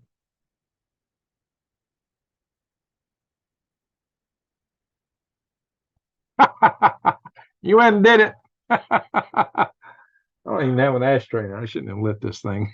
I was smoking in the house. I figure what to do with this thing now that I lit it. I have to practice that a little bit. I hadn't practiced that in a long time. I did not have sex with that one. Yeah, I got to work on that. Where can I buy those cigarettes? I get them up at TNT in Ardmore, Tennessee. I was up there today even. I did not have sex with that woman. It was my cigar. I don't inhale it. Just like Clint said, I didn't inhale. It all depends on what the definition of is. Remember that?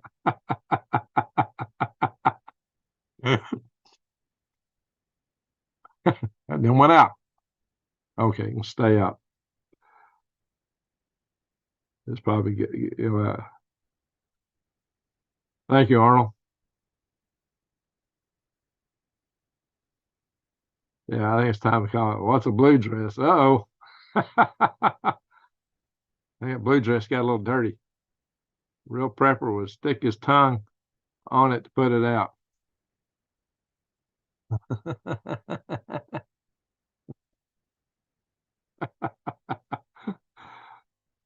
Loudy, folks. Y'all funny.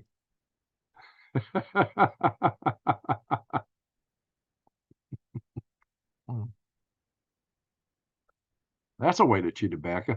Talk about ash.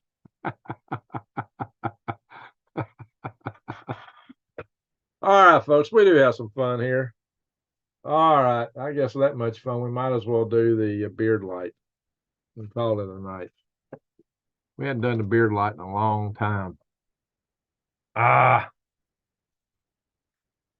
So for those that are watching this in the morning, wondering why we're cutting up, we're family here on this channel. The news part was up front. The rest of this is for the chat room. And that's what supports me. It's the super chats that supports me on this channel. I'm not getting jack diddle from YouTube. They're monetizing most everything I put up. So this is for you guys, and we're family. So I'm gonna turn off these lights for effect. This is my my fancy remote control for my stage lights. All right, folks, here we go. Get the light right. We need these Christmas tree lights, and you got me. Ho, ho, ho, ho. Ho, ho, ho, ho, ho. Merry President's Day. Ho, ho, ho, ho, ho. Y'all been asking for that. Y'all, that's my popular request. Oh Lord. Biden. That's almost like a four-letter word, but it's got five. Maybe that I is real thin. Kind of resembles a four-letter word. Clap on, clap off lights. There you go. All right, at least we have a good time here. I mean, the whole world's blowing up, coming to an end. But who else? What other prepper channel do we have such a good time on, huh? What other prepper channels really know rockets and aerospace and electronics and well, actually, what's his name? I'm getting that brain lock. I'm in a Biden moment here. Gosh darn it, Bradley, Arthur Bradley. Yeah, Arthur Bradley. Arthur Bradley. He's got a good channel, guys. Check him out. He has his own test lab at home where he tests stuff for being able to survive EMPs and stuff like that. Randall, you like that? Tears on out your eyes.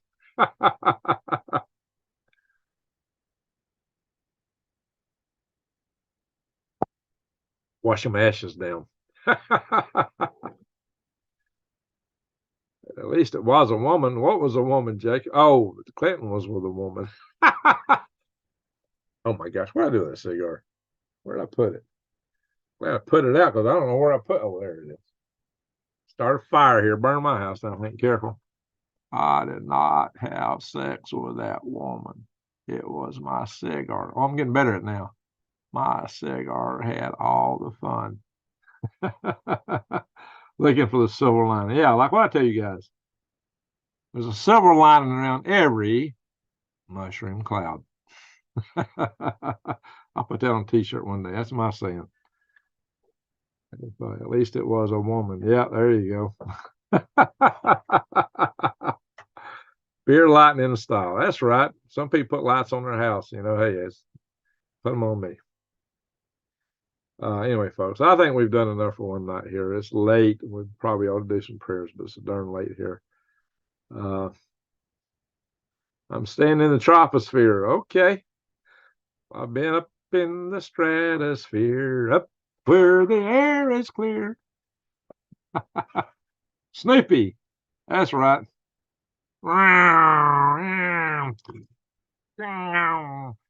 Person the Red Baron. Curses Red Baron. My channel about strange sky anomalies here in Tennessee. Aliens and angels. Oh, you got a channel about angels and aliens? Aliens and angels. Well, you should watch my video saying they're not from up there on my Galactic Greg's channel. I said they're not from space. Go to my Galactic Greg's channel. You'll also see videos about warp drive technology. Put a smile on your face. There you go. Guys, you know, we do live in terrible times, but we can't forget our humanity. Anytime you get a chance to laugh, you better grab it because we got some sad times ahead of us, guys. But keep your humanity to yourself. Keep your humanity. Don't lose your humanity. New days. Did we decide on who's picking up the olive oil? Oh my gosh. Now you have to form that strip tease with a cigar. Oh my God, I'm gonna have to light it again. Oh my goodness, new days.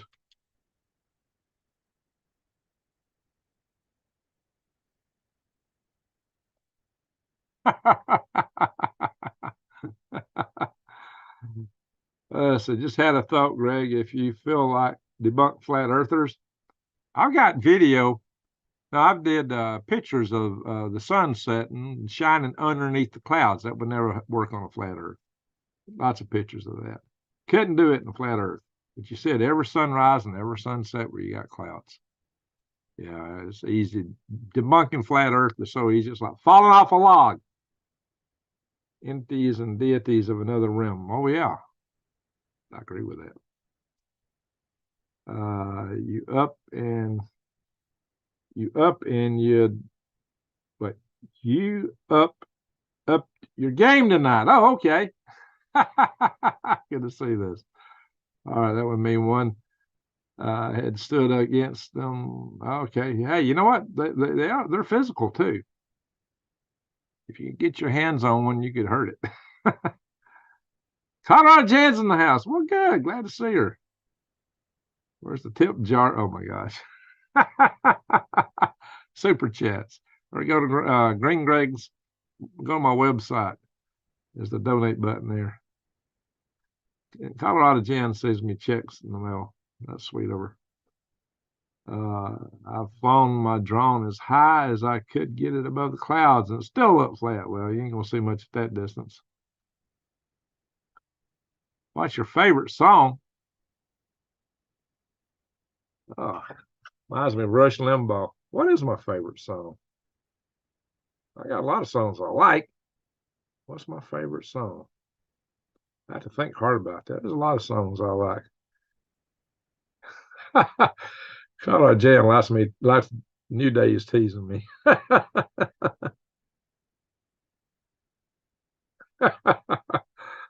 Anywho, well, we have our fun here.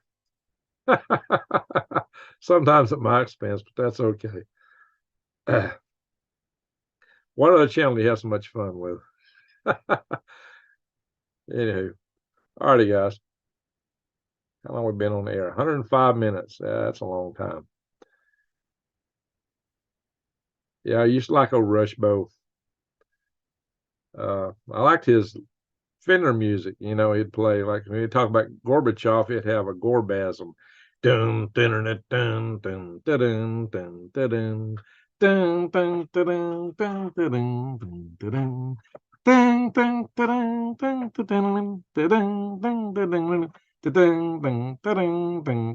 Carol, thank you very much. Thank you for the super chat.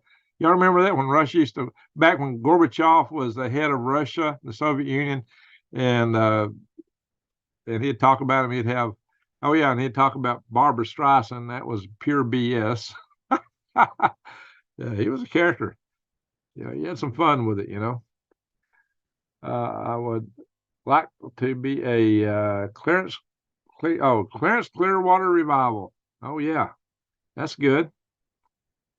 There's a bad moon on the horizon. I think that may be the case. Hope Glad doesn't get a job at the Hindenburg Balloon Factory facility. You know, they do have a dirigible hangars there at Moffett Field at Ames Research Center. I've seen them. Hey, I like to see the old-fashioned airships like a Hindenburg. I'd love to see those. It'd be awesome to see something that big floating around. Fortunate Son, that's a good one. Hey, I love the old 60s music. I'm waiting for Hillary to appear. Oh, yeah, she might come after me with a skillet, right? Well, she called me one of them deplorables anyway. Even though Clinton was from Arkansas. He was from Arkansas, so he was from deplorable blood. Let's see here. Ouch, bomb. See if David Potter, if it came out of the sky and paid a night, are two songs connected. Bad Moon Rising. There you go. Bad Moon Rising. That's it. Doot, doot, doot, out my own back door. Yeah. See, she already had some good stuff. And you can't forget Leonard Skinner was my favorite band for a long time. Leonard Skinner. My favorite movie used to be Raising Arizona until they came out with Oh Brother Where Art Thou, the Coen brothers. That was a pretty good movie. Oh Brother Where Art Thou. That was hilarious. But so was Raising Arizona. That's still hilarious. Anywho, back on the chain gang. Oh, that's a good one. And that's a good one. Yeah, I love the old 60s music. They don't play that much anymore, even on the classic rock channels. That's the stuff I like. Those 60s. I like 70s music, but those 60s music was pretty darn good. Bought all the radio stations. Well, he's trying to shut down the conservative talk channels. John Fogerty's father worked for NASA. Oh yeah. What was it? One of the I think one of the band members was quite involved in some NASA stuff. Cigar plus hydrogen. Oh yeah, I've popped hydrogen balloons with a fiery splint, watching go boom. They're just little inflatable balloons. You put a hot splint on, they go pow. Oh yeah, it was a fantastic soundtrack. Amen to that. Good music. All right, Raising Arizona. Yeah, I love Raising Arizona. That was hilarious. The funny thing about it is I thought I recognized half the characters in the movie from where I grew up. And the whole fight in the trailer, I lived in a house trailer, I've lived in a few, I've owned a couple of house trailers. So, I put my fist through the wall of a house trailer and through the door of one. So seeing that fight in the house trailer, I thought that was hilarious. I like the opening scene when they come up at, the guys get out of the jail. You see it raining on the mud, and next thing you know, a hand comes up and it reaches down and pulls somebody out. That was just hilarious. Children of the Sun. Oh my gosh, I love that one. That one's great. Bill, I love that song. Long, cool woman, black dress. Marshall Tucker Band, Charlie Daniels Band. Oh yeah, Charlie Daniels was real good. Like the stepping, they left them stepping in the fetching like their rear ends on fire and their hair was a catching. Doobie Brothers. So left as well. Love the line. You warthog from hell. Oh yeah, that was a good one. Oh, it was real funny when they thought the one character was missing and there was a frog in his shirt and they thought he got turned into a frog by the sirens. Yeah, maybe it's supposed to be based on the Iliad, the Odyssey, the Iliad and the Odyssey. Black Hole Sun. There you go. Wayland. All right. Yeah, it's supposed to be based on the Iliad and the Odyssey. The big fat what was his name? John, the big fat guy, John, what's his name? He was the Cyclops. Yeah, he was definitely the Cyclops. They went down to Georgia looking for soul to steal. He was behind. He was behind, ready to make a deal. Let's see. What's the Steppenwolf? Oh yeah. Hey, how about the song Magic Carpet Ride? Then there was how's this go? I'll get brain lock right now. Deep Purple, Led Zeppelin. Oh yeah. Smoke on the Water. Oh, Elvis. There you go. Jimi Hendrix. Iron Butterfly. Oh my, yeah, that was a good one. Long. Iron Butterfly.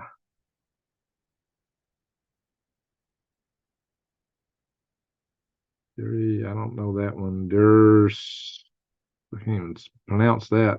Jacob. Somewhere Over the Rainbow. Could be Somewhere Over the Rainbow. Yeah. Like the Rainbow Ride Between the Dimensions. Overdrive. Okay. Just leave that long-haired country boy alone. Preacher man talking on the TV, putting down a rock and roll. Says he wants a donation. Let's see, why does that go? It says he wants a donation because he's worried about my soul. Well, Jesus walked on the water, and I know that is true, but sometimes I think that preacher man would like to do a little walking too. I ain't asking nobody for nothing if I can't get it on my own.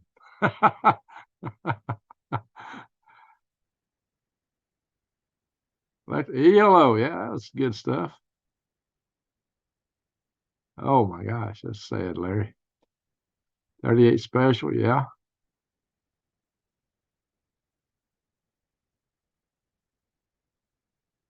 All right, now I have a mission. Never heard that rendition. Oh,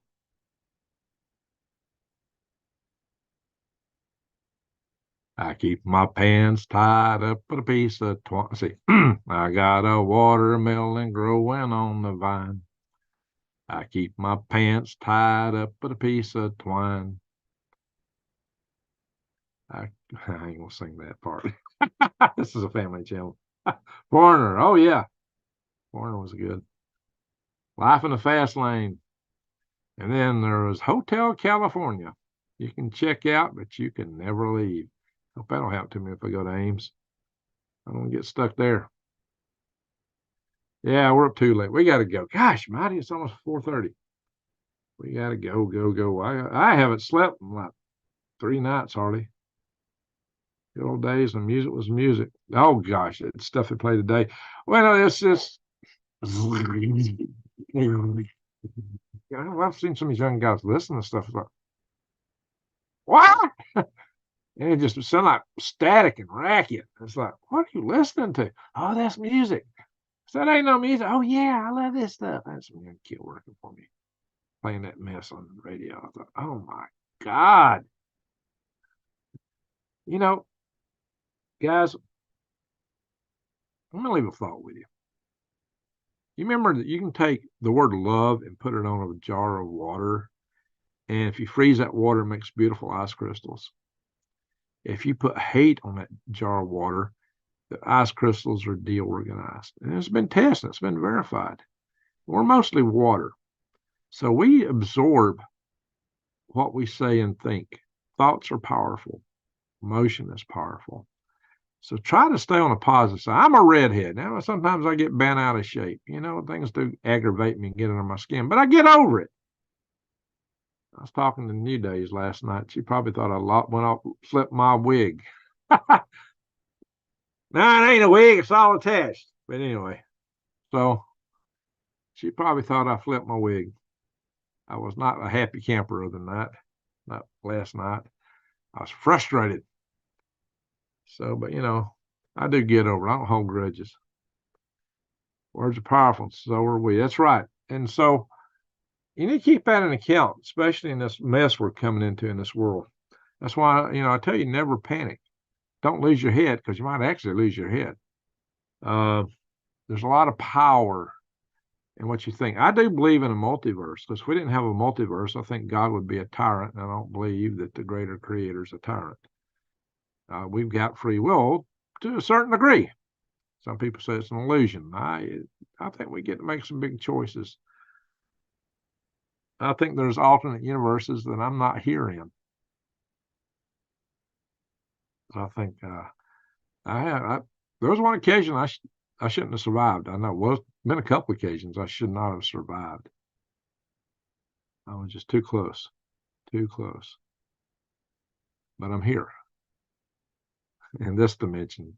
Somewhere else, I'm not there. She thinks my tractor's sexy. I got ran over by the back wheel of a Ford diesel tractor when I was 2 years old. It ran over me right through here and went off my shoulder, just missed my head. That was pretty close. I nearly drowned when I was about 16. I got over my head in the water, and I really didn't have the swimming down pat. I'd held my breath when I'd swim across, and I exhaled. I know I was about to drop like a rock into the water, and I couldn't get my head to the water. All I could do is put my hand up. I was trying to bounce off the bottom. I was trying to get up, and all I could do is put my hand above the water. So my hand was going up, and there was no lifeguards at the beach. It was after hours. And my best friend, as far as I know, when I went swimming, he was going to walk back up off the beach. He wasn't going to be around. I was trying to swim. I hadn't got the breathing technique down then. I was just 16. And I was drowned in Gunnersville Lake. He came up, he saw me, I guess, and he started swimming to me. I thought I was alone in that water, and I couldn't get up. I'd exhaled my breath, and I already swam a good distance. I was out of air. My lungs were burning, and they were heaving, and I thought I was going to die. I was just about to suck in the water. He wouldn't have known how to done the CPR if I'd have done that. And just about the second I was about to suck that water in, because I couldn't help it, I felt somebody near me, and I just pushed off on him. And the only reason I pushed off, I didn't have time for him to grab me and pull me in. I would have drowned. I pushed on him. It was like a split second. If he wasn't there in a split second, I wouldn't be here today. I mean, it was a split second thing. I pushed off on, and I was able to pop my head above the water and grab a gasp of air. That saved my life. As we were walking back to the beach, I found a dollar bill laying on the beach. That was my lucky day in more ways than one. But there's probably alternate universes that I didn't make that. I mean, it was a split second thing. And then I took my daughter. I've had a lot of close calls. I've been shot at and all kind of stuff. But I was driving I drove my daughter to school, and then I drove to work. And I was in a green Dodge Caravan. And I was going through an intersection. It was my, light turned for me. I looked up there, and there was a yellow car. It was way up the road. He'll stop. So I went into the intersection, and something said, "Look." I looked to the right. That car was coming into the intersection. Now, it was right off the driver window. I got the whole rear of that van that's got to clear that intersection. He was flying. He hadn't done this number yet, so he hadn't hit his brakes even. And he was right at the edge of the intersection, just flying right at me. My mind's eye, I saw a horrible wreck, me careening around. I saw my mind's eye, I could see the top of the van caving in. I heard metal, crunching, glass shattering. Just a split second, I saw all that, but I just gunned the gas pedal. Just as soon as I saw him, I gunned the gas pedal. But, it takes a bit of time for a car like that to clear. I shouldn't have made that. I heard a loud pop, and I thought maybe he hit me, but he didn't. Maybe that was one of these interdimensional travel things. Maybe some angel pushed me across, or maybe I just popped into a different dimension of space-time. How did I clear that intersection? That don't even make sense to me today. I shouldn't be here. All logical, normal thinking. I shouldn't be here. I've had a lot of close calls. Funny thing was, I got to go, but I'll finish this. The funny thing was, I used to watch all these James Bond movies. Every 5 minutes he comes that close to dying. And I used to laugh at a lot of these movies. So there's no way that anybody have so many close calls and survive. One day I got thinking, oh my God, why am I here? Because that's been a big story in my life. I've had a lot of close calls. That's just a few of them. That's some of the top ones. Divorced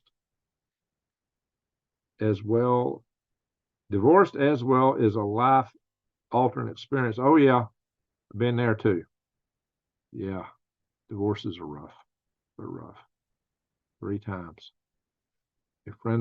Actually, I remarried wife once. So I've actually divorced 4 times. I gave her a second chance. I took the kids. I was a Mr. Mom for several years.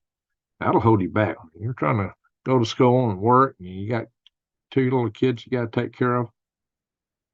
That's tough. Midnight Special. That was a good one. 3 foot of water. I'm panicking. Yeah. Well, that boat I showed y'all.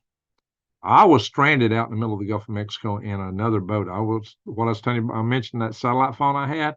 It failed. I had to put in a call to range control back at Eglin Air Force Base, the range scheduler. His name was Ray Sears. I had to call him. I had to tell him we were about to launch. I had to get that approval. And the satellite phone wasn't working. And it used what they call a bent pipe technology. And it showed that where we were at was in the coverage area on the maps, but I wasn't getting a signal. Found out later on that the whole network went down. I didn't know that at the time. So I got in what was supposed to be a recovery boat with another guy, and we started away from the boat. After a minute, I told everybody we're going to have a great mission tomorrow and get a good night's sleep. And I'll see you in the morning. We're going to do this thing, and gave them all a good pep talk. And they all went to bed. And I'm out here just did one final test of my phone. It didn't work. And we took off. And before we got outside that boat, one of the engine failed. It has 2 engines. You don't go out in the water out there 200 miles out without 2 engines. That's a requirement. One of our engines failed. And so the guy, as the captain of the little boat, he says, what do you want to do? We're not supposed to be out here with one engine. We go back and says, look, everything we're doing relies on this. We got to go. And we were booking north. We couldn't set because of the water spraying on the windshield. We couldn't literally look straight ahead.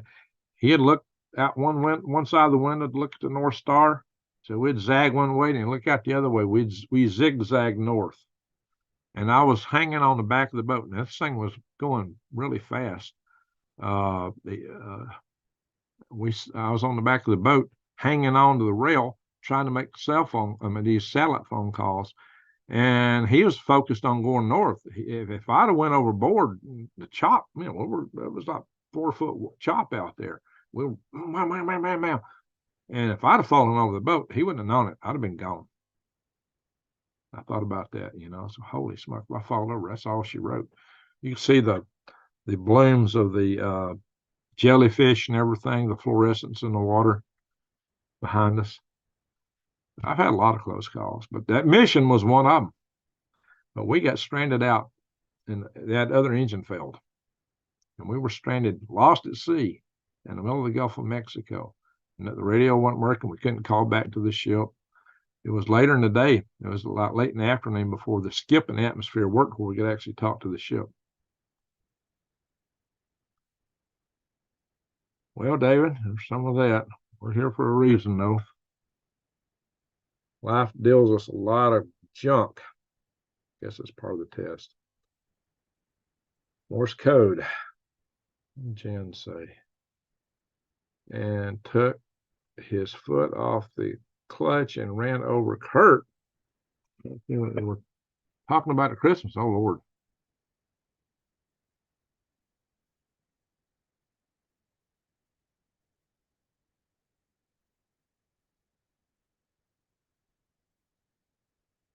I was in dang way. One of my older brothers ran over my oldest brother. We're both plowing. Oh, my God, that's scary with the plow. And my oldest brother got mad at the other and went over, take a swing at him. Yeah, if my uncle was driving that tractor, if he had run over my head and done me in, my dad probably would have done him in. My dad was about to do it anyway. The funny thing was, I went to the doctor, 2-year-old, after being run over by a tractor. Only had 2 bruises about as big as a thumbnail. Doctor said because I was 2, my bones were plastic. He said if I was older, I'd been crippled for life. But fortunately, I wasn't. Fortunately, I survived it. Still have scars. I had a bull knock me off a ladder. Oh, to a tree house. I fell out of the top of I was way up a poplar tree, fell out one time and knocked my breath out. I had a hard time getting my breath back in me. That could have been a bad occasion. Fell right on my rear end. I just felt that spine jolt up into my skull, Whew. You test to develop a sense of humor so you can dance naked around the campfire smoking cigars. Oh, my gosh. Only for you. Ray, you should write an autobiography book about your life. I might one day. Let me get a little more famous first so it'll sell. Actually, I was planning to do a lot of these books back here are about writing books. That's what that bookshelf is mostly about right there. And books I was researching for the purpose of writing a book. Thank you, Carol. How could you be in 2 places at once if you're not anywhere at all? Rodney, I am lucky myself as a kid about 5. I stuck a bobby pin in a power socket and flicked the switch. Oh, Lord. Animals are mean. Oh, yeah, they can be mean. I had a Shetland pony I used to ride bareback by grabbing him by the mane right. He'd take off running and trying to knock me off. He went under a fence one time and knocked me off. He was pretty as all get out, but he was mean. Now, he was so pretty that all the guys in the country that had mares would want to breed him. So I was just a little kid. Now, my uncle that ran over me gave me that pony. He'd do anything in the world for me after that. He actually came out to be my favorite uncle. He'd do anything in the world for me. All he is an alcoholic, bless his soul. That pony, his name was Clayboy, one of the prettiest ponies you ever saw. He was real pretty, but he was mean. Stepped in my mouth once when he knocked me off. He was meaner than a snake. Probably had some close calls. Spies shooting ponies. Nasty little beggar. Oh yeah, he was mean. Holy smoke! I had him, and I had a black mare. I called her Black, and she had a colt, but it died. But people would come to get him for stud services. So my very first, oh my gosh, my first income as a little kid was being a pony pimp. Yes, I started out as a pimp, a pony pimp. Put that in your smoking pipe it. Had a horrible dream. Oh, Mac. See, Mac, what did you dream? Oh no, no recording. No. Oh no, no, no, no, no, no, no, no recording. Nope. Environmentalists hate humans, boy, let me tell you. A lot of them do. Yeah, we had pigs and chickens and cows and horses and all that when I was growing up. Cats, dogs. One time we had 15 dogs. We probably had 20 cats running around. Had no log barn. X had a big back sow and called her. Yeah, and my friend Steven, when we was kids, now he's the one that rescued me in the Gunnersville Lake. He and I got some Bigfoot stories too. I've been shot at a bunch of times. So what I used to do for fun was scare the crap out of campers on Sand Mountain, and that's redneck country. Everybody carried their pet nug, but we had a Shetland pony. I think they are mean. Even the mare, she didn't want to be ridden. They didn't want to be ridden. I had a dream about an EMP. Then I had a dream that our systems went off. We didn't launch them.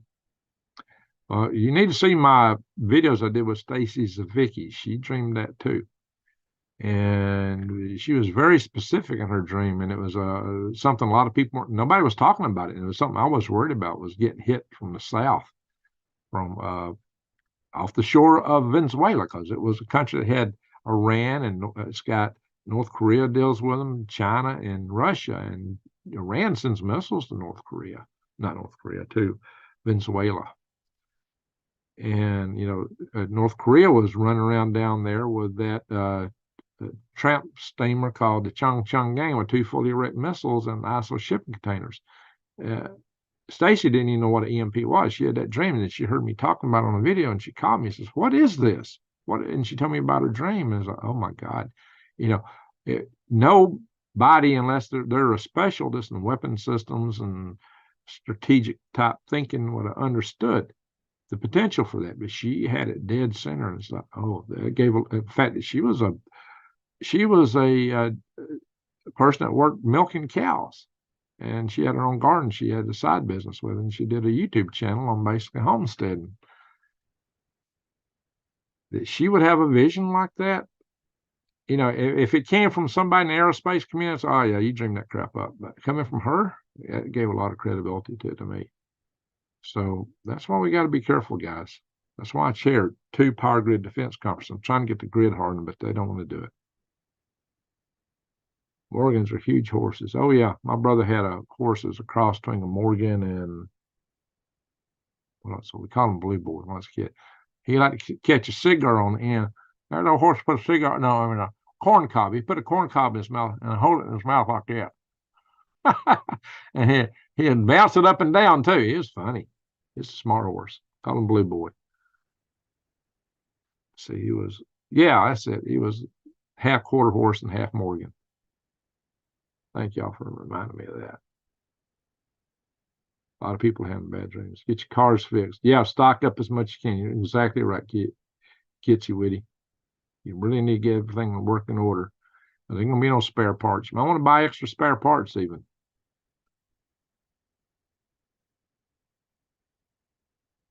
What in the world y'all talking about now? I had a wisdom tooth last year. One night I went to sleep and woke up with my tooth vanished out of my mouth. Whoops. Mike Mabey. Oh yeah, Mike Mabey. I got videos with Mike Mabey. Man Sergeant Major Mike Mabey. Go back through my videos and look for the videos I did with him. And look for the videos I did with, I need to do some more interviews. I did interviews with him. I've done interviews with General Chrosniak. I've done videos with Dr. Peter Vincent Pry. I'm going to get David Pine back on the channel too. Hopefully. Kind of fell out of that habit of interviewing when I went out to Arizona because I didn't have the setup to do it. I could do it now, but I'm about to leave again in a few weeks. New York preppers showed a video of Venezuelan military building on a base in Guinea. Well, they're trying to, they want to, no, they're building a base next Guinea. They want to invade Guinea. Swallowed a tooth before. Oh, Lord. I've been on an elephant. Holy smoke. Oh, Kentucky Fried. Oh, you mean Kentucky Fried Movie? That was the name of the movie, Kentucky Fried Movie. That was a hilarious movie. Thing I like best is that little guy walking around the nuke plant. He had a light on his head, and he was the class, and he walked around. Y'all remember that? Kentucky Fried Movie. I've been getting a lot of power from the solar panels. That's the way to go. Wind generator. Go off grid if you can. Guyana. All righty, folks. We need to go. Seriously, we need to go. It is approaching 5 a.m. here. I got to get away. I ain't had no sleep. I'm not going to get any tonight either. It'll be third night running. How long we been on air? 2 hours. Oh my gosh, we got to go. Grave to you. Russia wants to build a ICBM base in Nicaragua. That would be, yeah, that would be scary. Remember, we almost went to war over one in Cuba.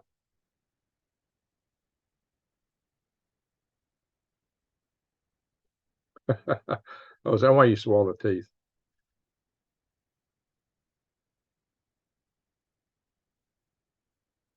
Oh, Lord, guys. All righty. No, I never rode an elephant. Maybe I need to do that just to check the box. I did get up on that thing, though.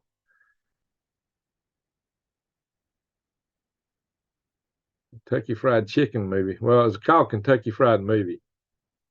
Current timeline for World War III. It could happen any minute, guys.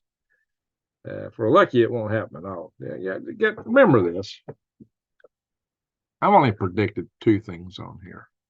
One, it's got an if in it. If we don't get our power grid hardened, it'll go down eventually because if nothing else does, the sun will take it down. If we don't get it hardened, it's just a matter of time. And that'll be catastrophic. The other, but that prediction is an if. There's an if statement. The other prediction I made way back was that food prices were going to go up. I made that prediction before they went up. Now, what happened? Holy smoke, you seen the price of beef? Shoo. Crazy, guys. It's crazy. When you're going live again, I'm trying to hit about every other night, although I've skipped a couple nights here. So I do it every night. That'll be too rough on the super chatters, I think. They got to have a break. Russia is buzzing Alaska. They've done that before too. Yeah. If they go into Alaska, their biggest concern is going to be the guys out there in the bush. That'll be their big. It won't be the army. It'll be the guys in the bush. Maybe the Eskimos over there. The Indians, Inuit, they don't like the Ruskies. Anyway, beef is up. Bugs are still cheap. So if you're telling us aren't going to harden it, they don't. Yeah, must be. It's terrible. They spend your rate money, your ratepayer money to fight harden. They spend enough of that to fight harden the grid on the K Street lawyers in DC. Then it would take to actually harden the grid. That's the crying shame of it, guys. That's the real crying shame. How much money they spent lobbying against hardening the grid. It's more than it would have done the job in the first place. That is, Steve Popper talks about the shortages in Walmart stores. Yeah, that's a safe topic. It keeps him from getting demonetized. That's what I need to talk about. I wouldn't have to worry. He gets a lot more views because YouTube will send him views, and because he stays on safe grounds as much as he can. But he is a Christian, and sometimes he gets out on thin ice a little bit every now and then, but not like I do here. Keep prepping, guys, to stock up food, water, meds, fuel. Yes, sir. Keep that fuel tank as full as you can keep it too. Shut the grid down. Yeah, EMP is not good. Now I got 2 old vehicles that should run if the spark plug wires don't get fried. Power grid. I still call the Viagra. Lordy, not the same kind of heart I had in mind, but we're trying to get where the EMP don't take it out. And we had too many cigars tonight. Tofu is good for you. Yeah, vegetable. Steve Popper is getting ready to do the Book of Daniel, the Bible study. Oh yeah, he does a Bible study channel too. He's a good guy. I like Steve. He taught me some things. We had, I had him on the channel once, and then we had a good conversation. Just him and I talking, and he actually taught me some good things. So I really appreciate him. He's a good man. You frozen food because you're a real man. All right, just out of the freezer. Well, it'd be crunchy that way. Lordy, you'll need popsicles. Everything's a popsicle. A chicken popsicle. Hard on the teeth, I bet. Smoked fish. Oh, I love smoked salmon. That's one of my favorites. All right, X-Dragon. Good morning to you. We're about to go. Werewolf prepper. We got a werewolf pepper in the house. Action Jackson. Fun fact. You can't invest in beef on the stock exchange. Really? That's for too many cigars, not enough olive oil. Oh, my Lord. New days. Oh, my goodness. Yikes. No cameras new days. Loudy, folks. Loudy, loudy, loudy. Well, we need to go. We need to go. Folks, we are a family channel here. We are a family more than anything else. And we're family, guys. So we have some fun together. Even though we're talking about the world's insane, the world's crazy. We are in great risk.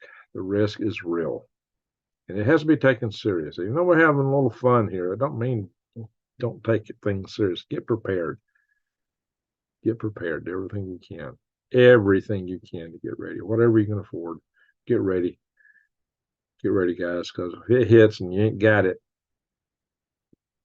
the food may seem expensive now, especially for long-term storage stuff, but just think when you don't have any food at all. And regular food prices, there's a lot of predictions are still going to be going up. Who here is under 18? Gosh, I hope nobody's under 18 right here at this hour. Is anybody here under 18? Better not be. Most of my viewers are like my age and just like a little bit younger, maybe 20 years. Every now we used to get a guy that used to come in here that was under 18. He bought a lot of worms from me too. He used to watch all the time. He's not been here in a while.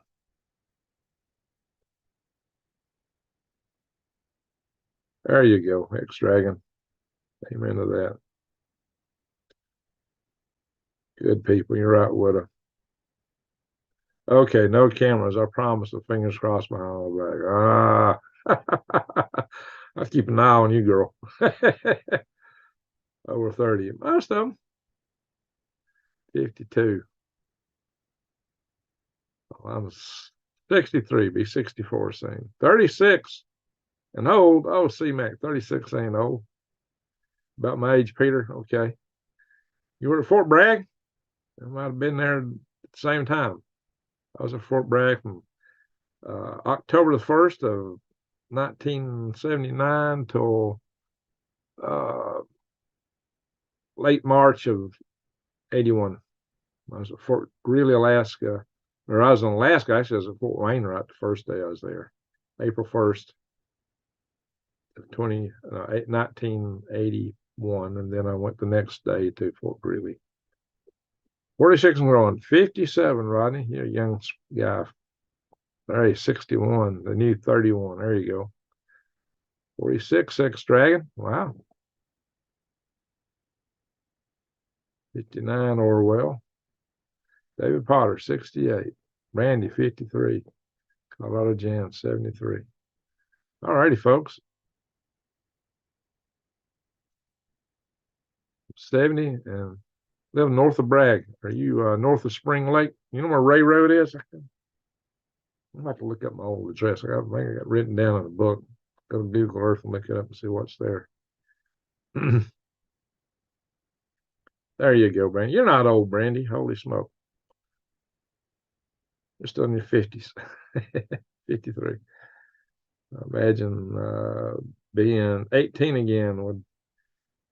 Oh my gosh. I'd love to be 18 and know what I know. Well, we got Spirit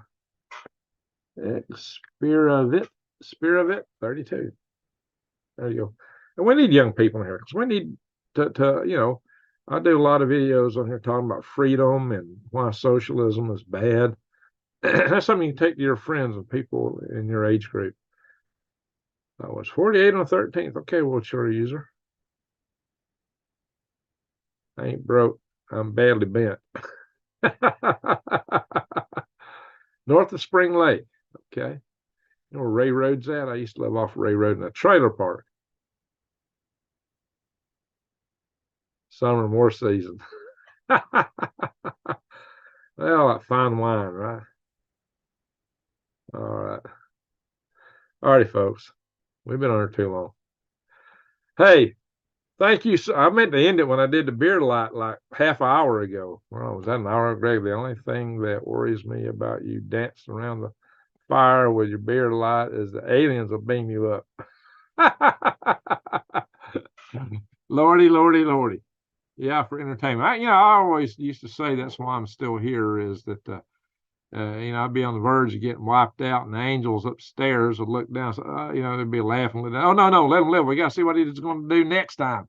Let's see what he does next. Nah, let him live. We got to see what he does next. Like I'm in their entertainment. Broken in, but in good shape. All right, Carol, that's good to hear. Stoked up on parts for your vehicle. Yes, spark plugs, plug wires, ignition module, starter, any computer components, especially. And put those in a Faraday cage. Your backup computer components. As a child, me and my parents escaped communism. Wow, Peter. Now that's a story. Yeah, you don't see people run into communist countries. They're escaping. All righty, folks. Hey, thank you, super chatters. Thank you, mods. Thank you, everyone, for watching. Thank y'all for being such a great family here. Love you all. And just remember, there's good people of every color, creed, religion, in every nation, every state, county, shire, and every neck of the woods. And there's also sociopaths anywhere you go, but anywhere you go, you can find a good person. So just remember that.